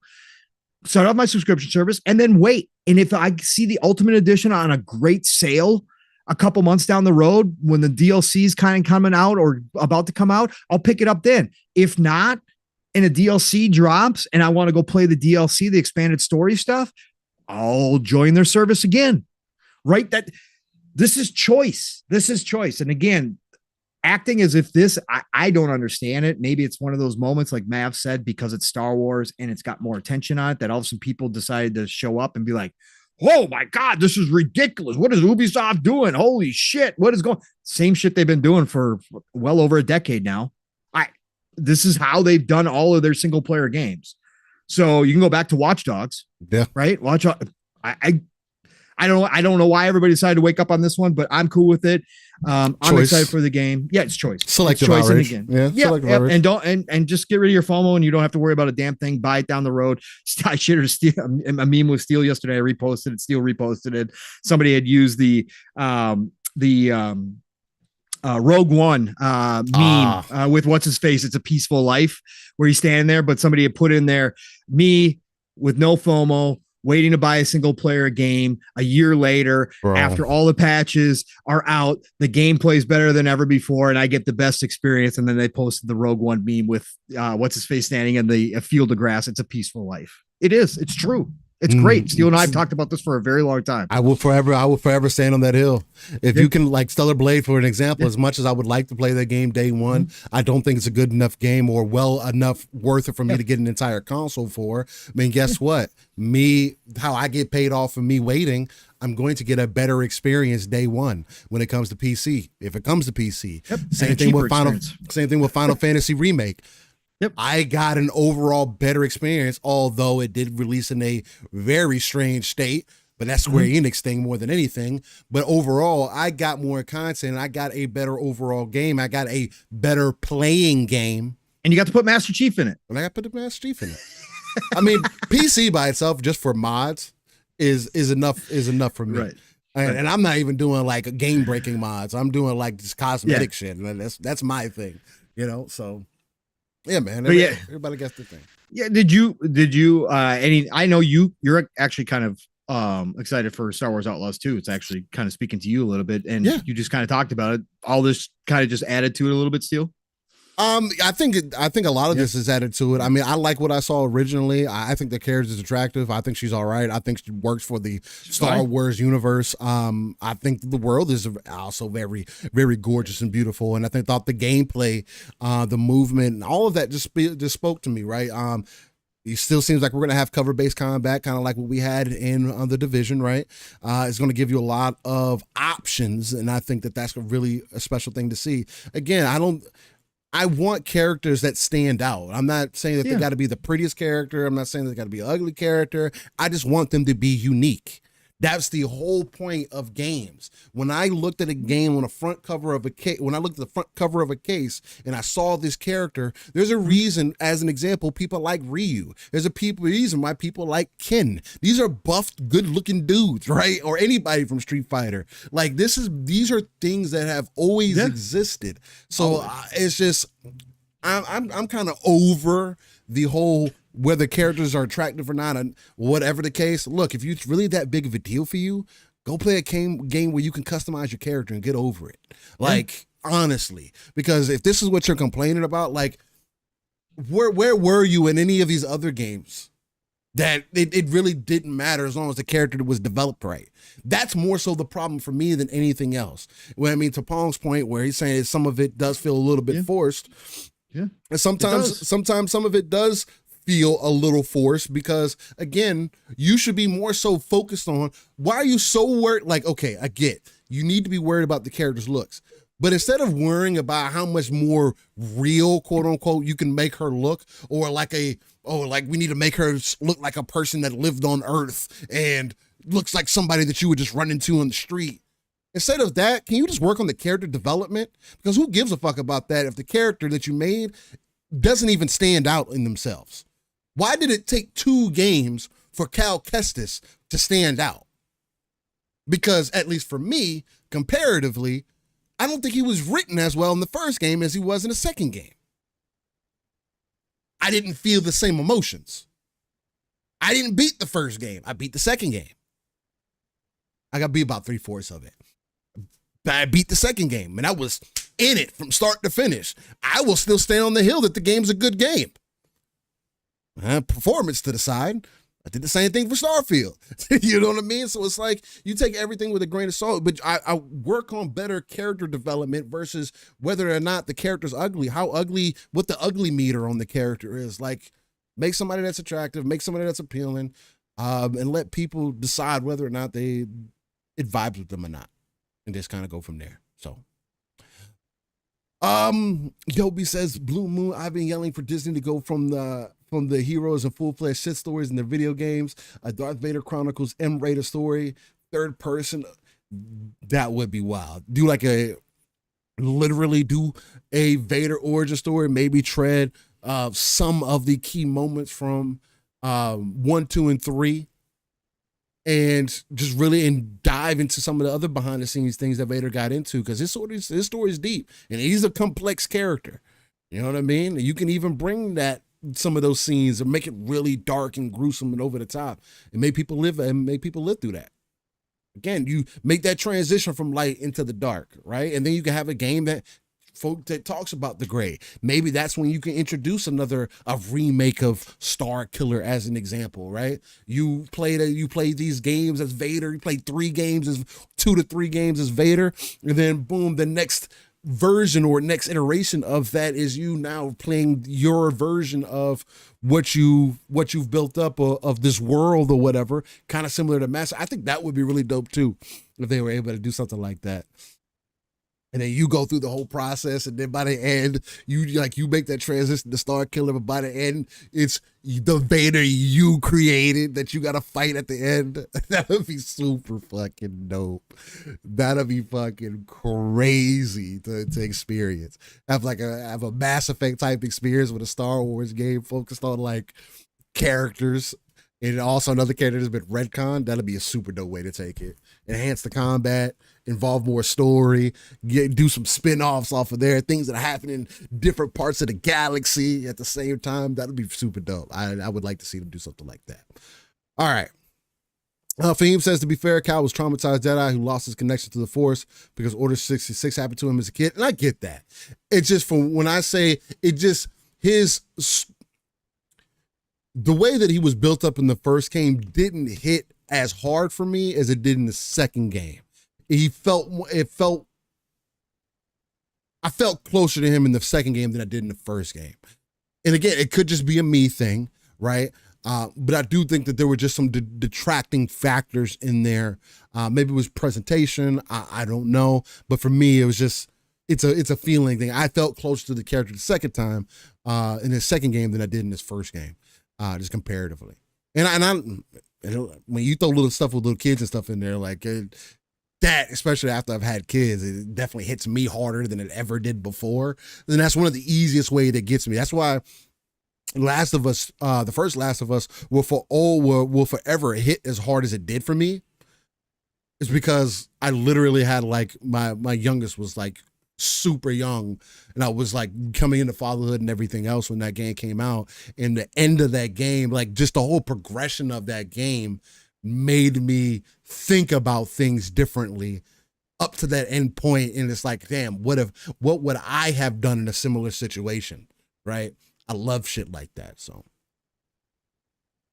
all right. Yobi Sorry, says, dogs were going ape shit. Oh, no, you're good. You're good. Yeah. Yobi says, I hated his face. I took him out the game and replaced him with Mandalorian Djarin. I skipped part 2. Fuck that game. Hey, Jedi Survivor is really good.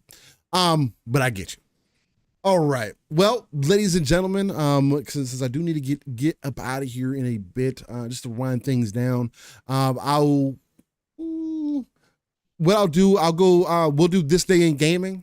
And then we'll wrap things up. We'll try to make quick work of it. Nixie says, what did you think of Last of Us 2? Did it hit for you like one? I'm not playing Last of Us 2. Yeah. Right. They missed that ball with me. Again, if I'm anything, I'm consistent. There's some things I'll make a change on, but if anything, I'm consistent. I told myself when the original game came out, and I've said this here before, that I would never play a Last of Us game if it did not have its multiplayer connected to it. Another Last of Us game. I said at that time, if the second game does not have the multiplayer, because they were already talking about that a couple years after the game had been out, about separating it out, said from that point, if it didn't have it, I'm not playing the game. Yep. I'm not going to play the game. I don't have any genuine interest. And for me, you guys already know it was a story. So because they decided to take the story, the route that they did, not play number 2. Number 2 doesn't exist in my opinion. So again, I loved Last of Us 1. It's one of my goats. Absolutely loved Joel and Ellie and the relationship that they were One is forming. ago. 1 is ago. One is ago. And again, I never played the multiplayer. I'm the complete opposite of Steel when it comes to Last of Us. When it comes to the stuff, I could care less if factions ever show back up. I wanted factions to show up just for Steel and for all the people that really wanted that game. Right. You would have. But for me, it was all about the story and what Neil decided to do with that story. I had zero interest in. Again, I've watched multiple playthroughs of the game, and it was never going to be for me when they decided to do what they did. So that's not the story I wanted. And that doesn't bode well. Me and Pong feel very strong about the first game. We talked about the story and everything. And if Pong I haven't even watched anything about the second game. I know what happens and stuff like that. And I do feel in the way that it happened.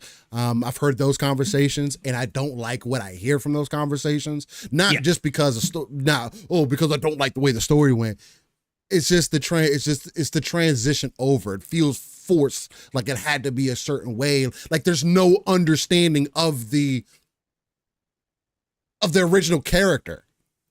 Like I don't know. When you make Joel seem like all of a sudden he's a backseat character, and again, he can do whatever he wants to. It's his story, whatever. That does put a bad taste in my mouth, but maybe factions will release one day, and I'll get to play it.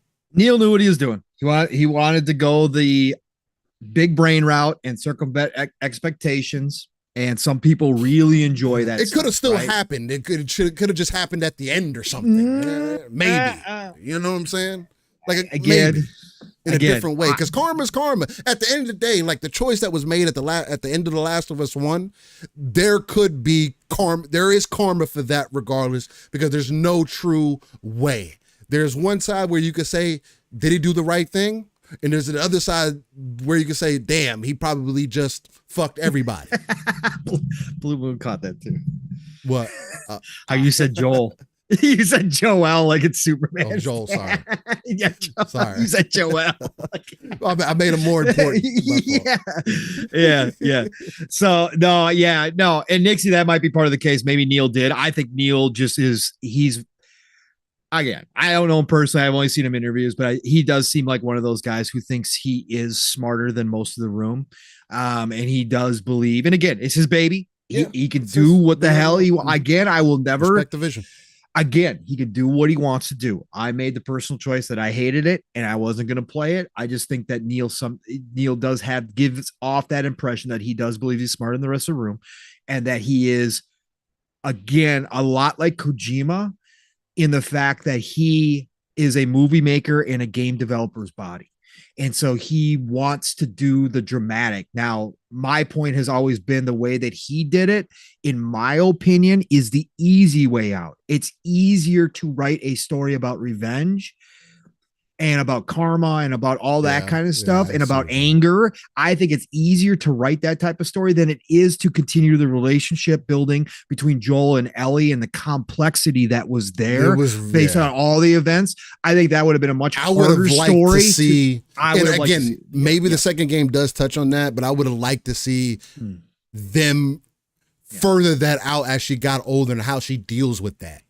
Yeah. Now, and if she would have been the one to, you know what I'm saying, or whatever would have happened, I think that for me, that would have been different, because you would have seen that. We also could have got more truth behind the scenes. Hey, what impact did that choice really have? Was there other options? Or was she truly the savior for everybody? Was she the only one? Come to find out, apparently she wasn't the only one. I don't know. It's interesting. Yeah, and Nixie, I think people want to hope at the end of this day, and the Joel situation was a removal of that. Yeah. Again, parents, especially fathers of kids, understood Joel. Heavily, and again, bro. That conversation. I'm sorry, I don't unless normally do kids, this unless you have kids. Again, the conversation from the people who don't have kids that just automatically said Joel shouldn't have done that because of the ramifications. If you played the game, you would have understood that there was no guarantee. there don't go. Yeah, There was no guarantee. Everything was a gamble. Everything that he went through from the very beginning. He wasn't going to lose another child. He was not going to lose another child. Not in that circumstance. That is human nature. It does not matter if you think that potentially that child could save millions of people or bring back human. In that moment, it is your parental instincts, your dad's self taking over and saying, I am not losing another child. And nothing up to that moment boded well for things going the right way after he did that. Everything led to, I don't know if these are the most trustworthy people either. Like, I think I'd rather just figure this shit out by myself. Like type shit. Like, and again, end the world scenario, we're not in that. And I do agree with Pong. Unless you got kids, you're not. I can't talk with you about the end of the game unless you got kids. You wouldn't, because you're coming from it from a standpoint of you cannot emotionally tie yourself to the character or to the thought process of somebody in a scenario like that. And I don't have to be in the end of day scenario to imagine what this is like, especially from the very beginning. Yeah. So. Because that was fucked up. It's all interesting. Yeah, Fuzzy. It would be interesting if Steele's take on it was the direction. I would like to see how it would have been written. I wouldn't have confidence in Neil doing it right, but I could see how the story would do it right. Because then she could, and then she could have had karma for that. Because there's always a payment for something. Joel's payment. Excuse me. Joel's payment could have been, his payment for that choice was not telling her the truth, and however she felt about that and how she ends up dealing with that. Now that could also be something we could argue about. Anyway, go back and forth. So many different possibilities. East side, let's just wouldn't sacrifice my kid for y'all. Let's put it that way. Let's put it that way. I would try to find another way to save y'all, but wouldn't sacrifice my kid for y'all. Put it that way. Oh man, it's a tough conversation, but that's why. Give me a guarantee. I'm gonna do what I feel is best. Yeah. That's what made the ending so great. About that game, and that's why that game is goated for me. Absolutely, 1000%. The Last of Us is up there. I love The Last of Us 1 for sure. So and I get that, Raymond, that they did touch on that, how she reacted and everything, but how it was handled after that. Like there was no growth through that. Like there was, I don't know, the way that it's cut off. And again, we are speaking from an ignorant place. I haven't watched the game. I'm not going to play the second game. I can only go based off of things that I've heard, seen, and everything else. If you guys, the people that have played the second game, you guys feel completely different. This is why we are taking the approach of, hey, this is how we feel from the outside looking in, and from what I've heard and what I've seen. From the way that it was portrayed, there was other ways that you could have done it that would have did more justice for this character. Instead, you took this character that I grew a relationship with and came to understand some way, which is very difficult to do in gaming, point blank, period. For you to draw a connection to this character that you're playing, that it's not a custom character. Joel's some white dude, man. And like, how does that relate to me in any way? Well, what does relate to me, he was a working everyday. He was a working everyday dude where an extremely catastrophic, world-ending situation happens, whose daughter he could not save at the beginning of the game. Yeah, and then on top of it, the world becoming what it was, and how do you adjust to, and then seeing him adjust to that, and how he be. That's the one thing I will say the TV show didn't do as good of justice, but nonetheless. Yeah. Anyways, sorry. Yeah, we went off on The Last of Us, but great conversation. Yeah, from rad dad to sad dad. You're right, Blue Moon. Yeah. Yeah, all right. And Fahim, and again, I understand the concepts of what he was trying to do. Like, I get his concept and what he went for. I'm just saying it's not what I wanted to see. I wanted to see the complexity of the relationship between Joel and Ellie, two people that I got attached to within the first game, continue to evolve and grow, and that complexity between that relationship because of everything that happened, how that was all going to flesh out. And that was stolen immediately. And it was replaced by something that I had zero interest in playing. Zero. That's all. Yeah, it's the way that they treated the follow-up. Because you could have still did a lot of things that you did in that game, but just did it differently. All right. Let's get me slid on out of here. We're gonna get into our This Day in Gaming segment. Give me a second as I get that set up for us here. All right. Hopefully you guys have enjoyed the show thus far. Please hit that like button down below if you can. And audio listeners, hopefully this is helping you get through your day. Please, there you go. Anybody in the chat or anything, if you listen on the audio side of things and you notice that the show is not up by Monday, look, man, sometimes things get crazy, things get busy, and I get sidetracked. Please remind me because I may forget. If it's not up by Monday, I try to get it done. I can't do it same day anymore because I can't just record the stream offhand because it causes issues all of a sudden now. So I downloaded it the evening of and then uploaded the next day typically. But audio listeners, if you notice a show was missing come Monday and you don't see an announcement for us missing a show on Twitter, YouTube, or anything like that, let me know so I can make sure that's uploaded for you guys. So, all right, let's get into This Day in Gaming.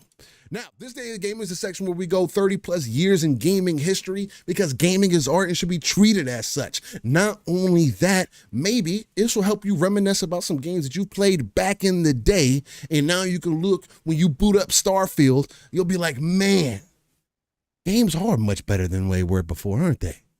Maybe this isn't a Xbox 360 game I'm playing. It's crazy how all of a sudden, every game that releases is a 360 game or a PlayStation 3 game. Then you go back and actually play those games. You're like, maybe not. Again, PC helps you expose yourself and make sure to expose yourself to a lot of those things as well. All right. So in 1990 is what we're starting today on April 13th. And on the NES, you got Crystalis. Okay. Shout out to NES. And then in 1990 on the Game Boy, you got Sabre. Okay. Then in 1990 on the NEC PC 98, you had an Ishido, The Way of Stones. Okay. Then in 1990 on the Game Boy, you got SD Lupin Sansei Kinko Yaburi Daisai Kusen. Is that based on the anime Lupin? Looks like it is. Yes. It's great. It's a great anime. Yes. Really enjoyable. SD Lupin Sansei Kinko Yaburi Daisakusen. There you go. Then in 92, Super Nintendo released The Legend of Zelda, A Link to the Past. GOAT. This is a GOAT. I played this game and it is a GOAT. Super Nintendo. Shout out to Super Nintendo. Then in 2000, PlayStation released Gaia Master, Kamigami no board game. Okay. That's not a board game. It's a video game. You're right. Okay. Then in 2000, on the Game Boy Color, we got Yu-Gi-Oh! Monster Capsule GB. Oh, okay. Then in 2004, PC released Toka Race Driver 2. The ultimate racing simulator. I remember seeing Toka. I don't think I've ever played it though. Then in 2006, PlayStation 2 released Monster Rancher Evo. Not the Monster Rancher. Then in 2006, the DS released Touch Detective. Whoa. Pause. Then in 2009, PC released S-Burb. Then in 2010, a classic was released, Xbox 360, Tom Clancy's Splinter Cell Conviction. Let's freaking go. Plays so well on Series X too, by the way. Yeah, no, plays it's a so good game. well, bro. Yeah. Good game. Then in 2012, Xbox 360 released Fez. I remember Fez. Okay. Let's go. Then in 2012, the 3DS released Spirit Camera, The Cursed Memoir. Okay. Then in 2015, PC released Mortal Kombat X. Go. Shout out to Mortal Kombat. Mm-hmm. Then in 2017, iOS released Eglia, Legend of the Red Cap. Okay. All right. Then in 2018, Android released Color Road. Okay. Then in 2021, iOS released Mob Control. Okay. Then in controls. Yeah.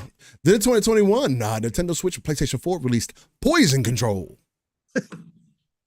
Okay. Then in 2023, Nintendo Switch released Dokapon Kingdom Connect. Okay. Then in 2023. Last one. Jesus. Anyways, keep going. Then in 2023, Nintendo Switch released IGS Classic Arcade Collection. All right. Then in 2023, PC released Mega Man Battle Network Legacy Collection. Nice.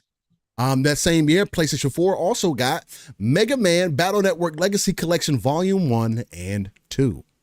Let's go. And then the end all for this year, we got 2023 releasing on PC with Realms of Bondage. Classic, I'm sure. It's a highly rated game. I'm sure. Surprisingly, a lot of those games are. That's interestingly enough. Well, I might be being funny, but by I the am 50 being funny, people actually. by the 50 people that Probably play them. Yeah. Is it Highly Realms or rated. Realm? Realms. Yeah. Realms. Okay. Yeah. There's a 90 Metacritic. Oh, it's 15. Oh my God. Oh no, the opening video on Steam. Are you freaking kidding me? It doesn't even hide it, Steel. Oh, okay. So it's just up front, huh? Bro. Yeah. It's very positive rating from 79 reviewers. Oh, that I were bet it courageous enough to say that they've played this freaking game. It's developed by Pink Tea, by the way. Oh, Pink Tea. Bro, there's a lot of pink in this video. It's flat out. Yo. Yeah, that ain't even like oh, you might find something like while you're playing the game, No, like, or no, it just has a straight up. mode like Bullet Girls Fantasia that has just a mode No, like just in straight there, up. like it's just Intro straight up. sequence, huh? Oh yeah. Let the game play. You get to that main screen and a video plays. It's just one of those. It's up front. Yeah, no, that's what I'm saying. It was already on the Steam. The minute the video played, it was already right there. Jesus. Oh, Realms of Bondage, Fuzzy. Realms of Bondage. Oh, he's getting Realms that one locked plural. in? Lock it in. Lock it in from developer Pink Tea. Yeah, just go to the Steam page, Fuzzy. Yeah, just go to the Steam page. Yo. Oh God, man, it's amazing. 3 hours later, Pong Hentai Soul starts playing it. Yeah, no. Again, I don't mind some. Like, again, I'm the dude who admits that cartoons can be attractive. Okay, anime characters can be attractive. I will admit that. But like flat out, like no, it doesn't do, like, it's just crazy. Yeah, Fahim, it was straight out. Like I said, yeah, if my cheeks, yeah, it's because it was straight out. It was like the first thing. Steel can't look that up with his kids around. Nah, and I mean, honestly, like, I've seen plenty of it, so it's like I understand I know where it can go, and yeah, I'm good. I don't need to. I don't need it. That's one of the things where it's like, yeah, there's attractive, and then there's like, yes. Now we're kind of we're really pushing the line here, because some cartoon vag ain't real life, and they be doing some crazy things in these cartoons. It's just unrealistic expectations, man. Hey, shout out to the artists that spend hours of their life doing this in extreme detail. Can you imagine? That's your career? I can't. Exactly Every day, how many realms are we talking about here? Takano says, I don't know. Paul, looking forward to the next Steam sale. Shout out to the 79 brave souls who rated it. Hey, very positive. Hey, very positive. So you need something that you can do with a one-handed kind of game. You got it. One hand on the controller. It's very yeah, trust me. It's funny that I do still get that way, even though I in my lifetime have certainly seen some things that people shouldn't see. Again, braving the internet, especially the early days of internet when it was the wild, wild west, even more so than it is now. But still that stuff does catch me off guard because I wasn't expecting it up front on Steam. Like wasn't expecting the video to start playing like that. Yeah. At what point is it just not, it's not a game anymore. It's just a interactive experience, huh? Yeah. Yeah. And again, anime versus something real life, I'm gonna choose the real life 10 out of 10 times. Like if it's going to go there, then I might as well just pull up a site. You know what I mean? That's my thing. You know what I mean? Like that's where I go with it. If it gets that far, then I might as well just find something else. Yeah, it was Yobi. It was. Look it up on Steam, Yobi. I know you were willing to look it up. Look it up. It is. All right. Well, ladies and gentlemen, that was episode 145 of Living Split Screen. Appreciate you guys for coming to check us out. Another fantastic episode that I would say, even though it's shorter of our more recent ones, but nonetheless, early days of the internet. Let's not. Greatly appreciate you guys for being here. Make sure you hit that like button for us down below, or it helps the channel get out there, get a little bit more eyes on it for sure. And other than that, you can find me, Steel Rain. That's Steel Rain. The T is a 7 everywhere. Google's the easiest place to put that information. Other than that, hit me up in the DM messages, anything like that, and I will get back with you. Even if you don't see me online, send a message through. I'll try to get back with you. Things may be getting quite busy for me here soon, but we'll see. Some things are coming together. And we'll see what we can make shake, ladies and gentlemen. I don't know what that'll hold for the future, but some adjustments might need to be made, but I don't know. Well, we'll get into deeper conversations as we move further down the road. Real life always comes first, so always keep that in mind. Although we love talking about video games and chopping it up with you guys, we want to do it the best way that we possibly can. So, with that, you can find me right here with Living Split Screen every Saturday morning, 9 a.m. Central, 10 a.m. Eastern, and 3 p.m. UK time. It's a non-console centric platform talking about everything going on within the gaming stratosphere. We take the RTS approach, real-time strategy, where we pull ourselves out of the world, look at the darker crevices of the map, pull our resources together so we can not only build up our own foundation, but the foundation to potentially reach those 3 billion gamers that Phil Spencer always talks about. And with that, Pong, the brother from another, the uncanny gentleman himself. Let the people know where they can find you in another fantastic episode, brother. Amazing episode. Again, to be here, a little bit shorter today, but still had great discussions. Appreciate you, brother, for staying a little bit extra here past your time here, just so we can wrap this up. But chat, you guys were absolutely amazing today. Again, thank you for the good discussions, even the ones that disagree with us. We love it. Again, that is a part of it. I'm not afraid to have conversations with people, right? Unfortunately, too many people are. I'm not afraid to stand on my hill while you stand on your hill. And if we never meet in the middle and shake hands, it don't matter to me.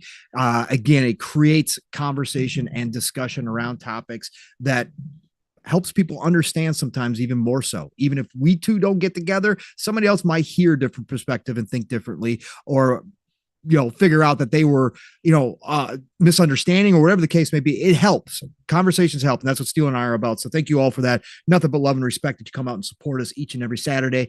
Thank you all for being here. Again, Steele, thank you so much, brother, for all that you do behind the scenes. You guys know the drill. Pongsaw on X, formerly known as Twitter, Pongsaw on the Xbox. My dog is going nuts. She's got to go outside. Pongsaw on Steam, Pongsoul on Epic Games, Pongsoul on GOG. Find me everywhere. Find me tonight on the Shop Podcast, the best way to end your Saturday night. PTK Blam's channel, the Shop Podcast, 9 p.m. Eastern, 8 o'clock Central Time. Blam, Fuzzy, myself, and probably one or two guests. Somebody always rolls through. I don't think PTK has actually announced anybody yet, but somebody will come on through. Have us on in the background, and then next week it starts all over again. Double Barrel Games channel, Mr. Boomsticks, the man, all good things green, Xbox Factor Podcast. Every Tuesday, 12 p.m. Eastern, 11 o'clock Central Time. And then next week, short week of podcasting for me. Mav is going out of town. Obviously, him and Caitlin and the family are going to see her dad, who has been in the hospital. That's public knowledge. Caitlin put it out there. Mav put it out there. Really critical situation this week, but he's getting better. But they're going to go visit the family out there on the east in Boston. So we are not having PM in the PM. We are not having Xbox Ultimate at all next week. So enjoy your time. Whatever you guys are going to do. But I will be back next Saturday for another episode of Living Split Screen with this guy right here, one of my favorite people in the entire world, Mr. Steel Rain. So join us next week for that. Otherwise, it's the golden age of gaming, people. And don't forget, sun's out, shades on. Be safe while you're driving. Keep those sunglasses in the car with you, please. That's my campaign for 2024. But otherwise, get out there, play what you love what you play. Have a great rest of your weekend, and I'll talk to you all real soon. Steel, get us out of here, brother. Ladies and gentlemen, beautiful people, we'll see you on next week's episode 146. Stay tuned to the channel. Hit that bell if you want to see some additional shorts and stuff that'll pop up throughout the week when I can get those done. And other than that, much love. Y'all stay safe and enjoy your weekend or your day, depending on whenever you're listening to this. Y'all stay safe out there and much love. Peace. Just one question. What if you miss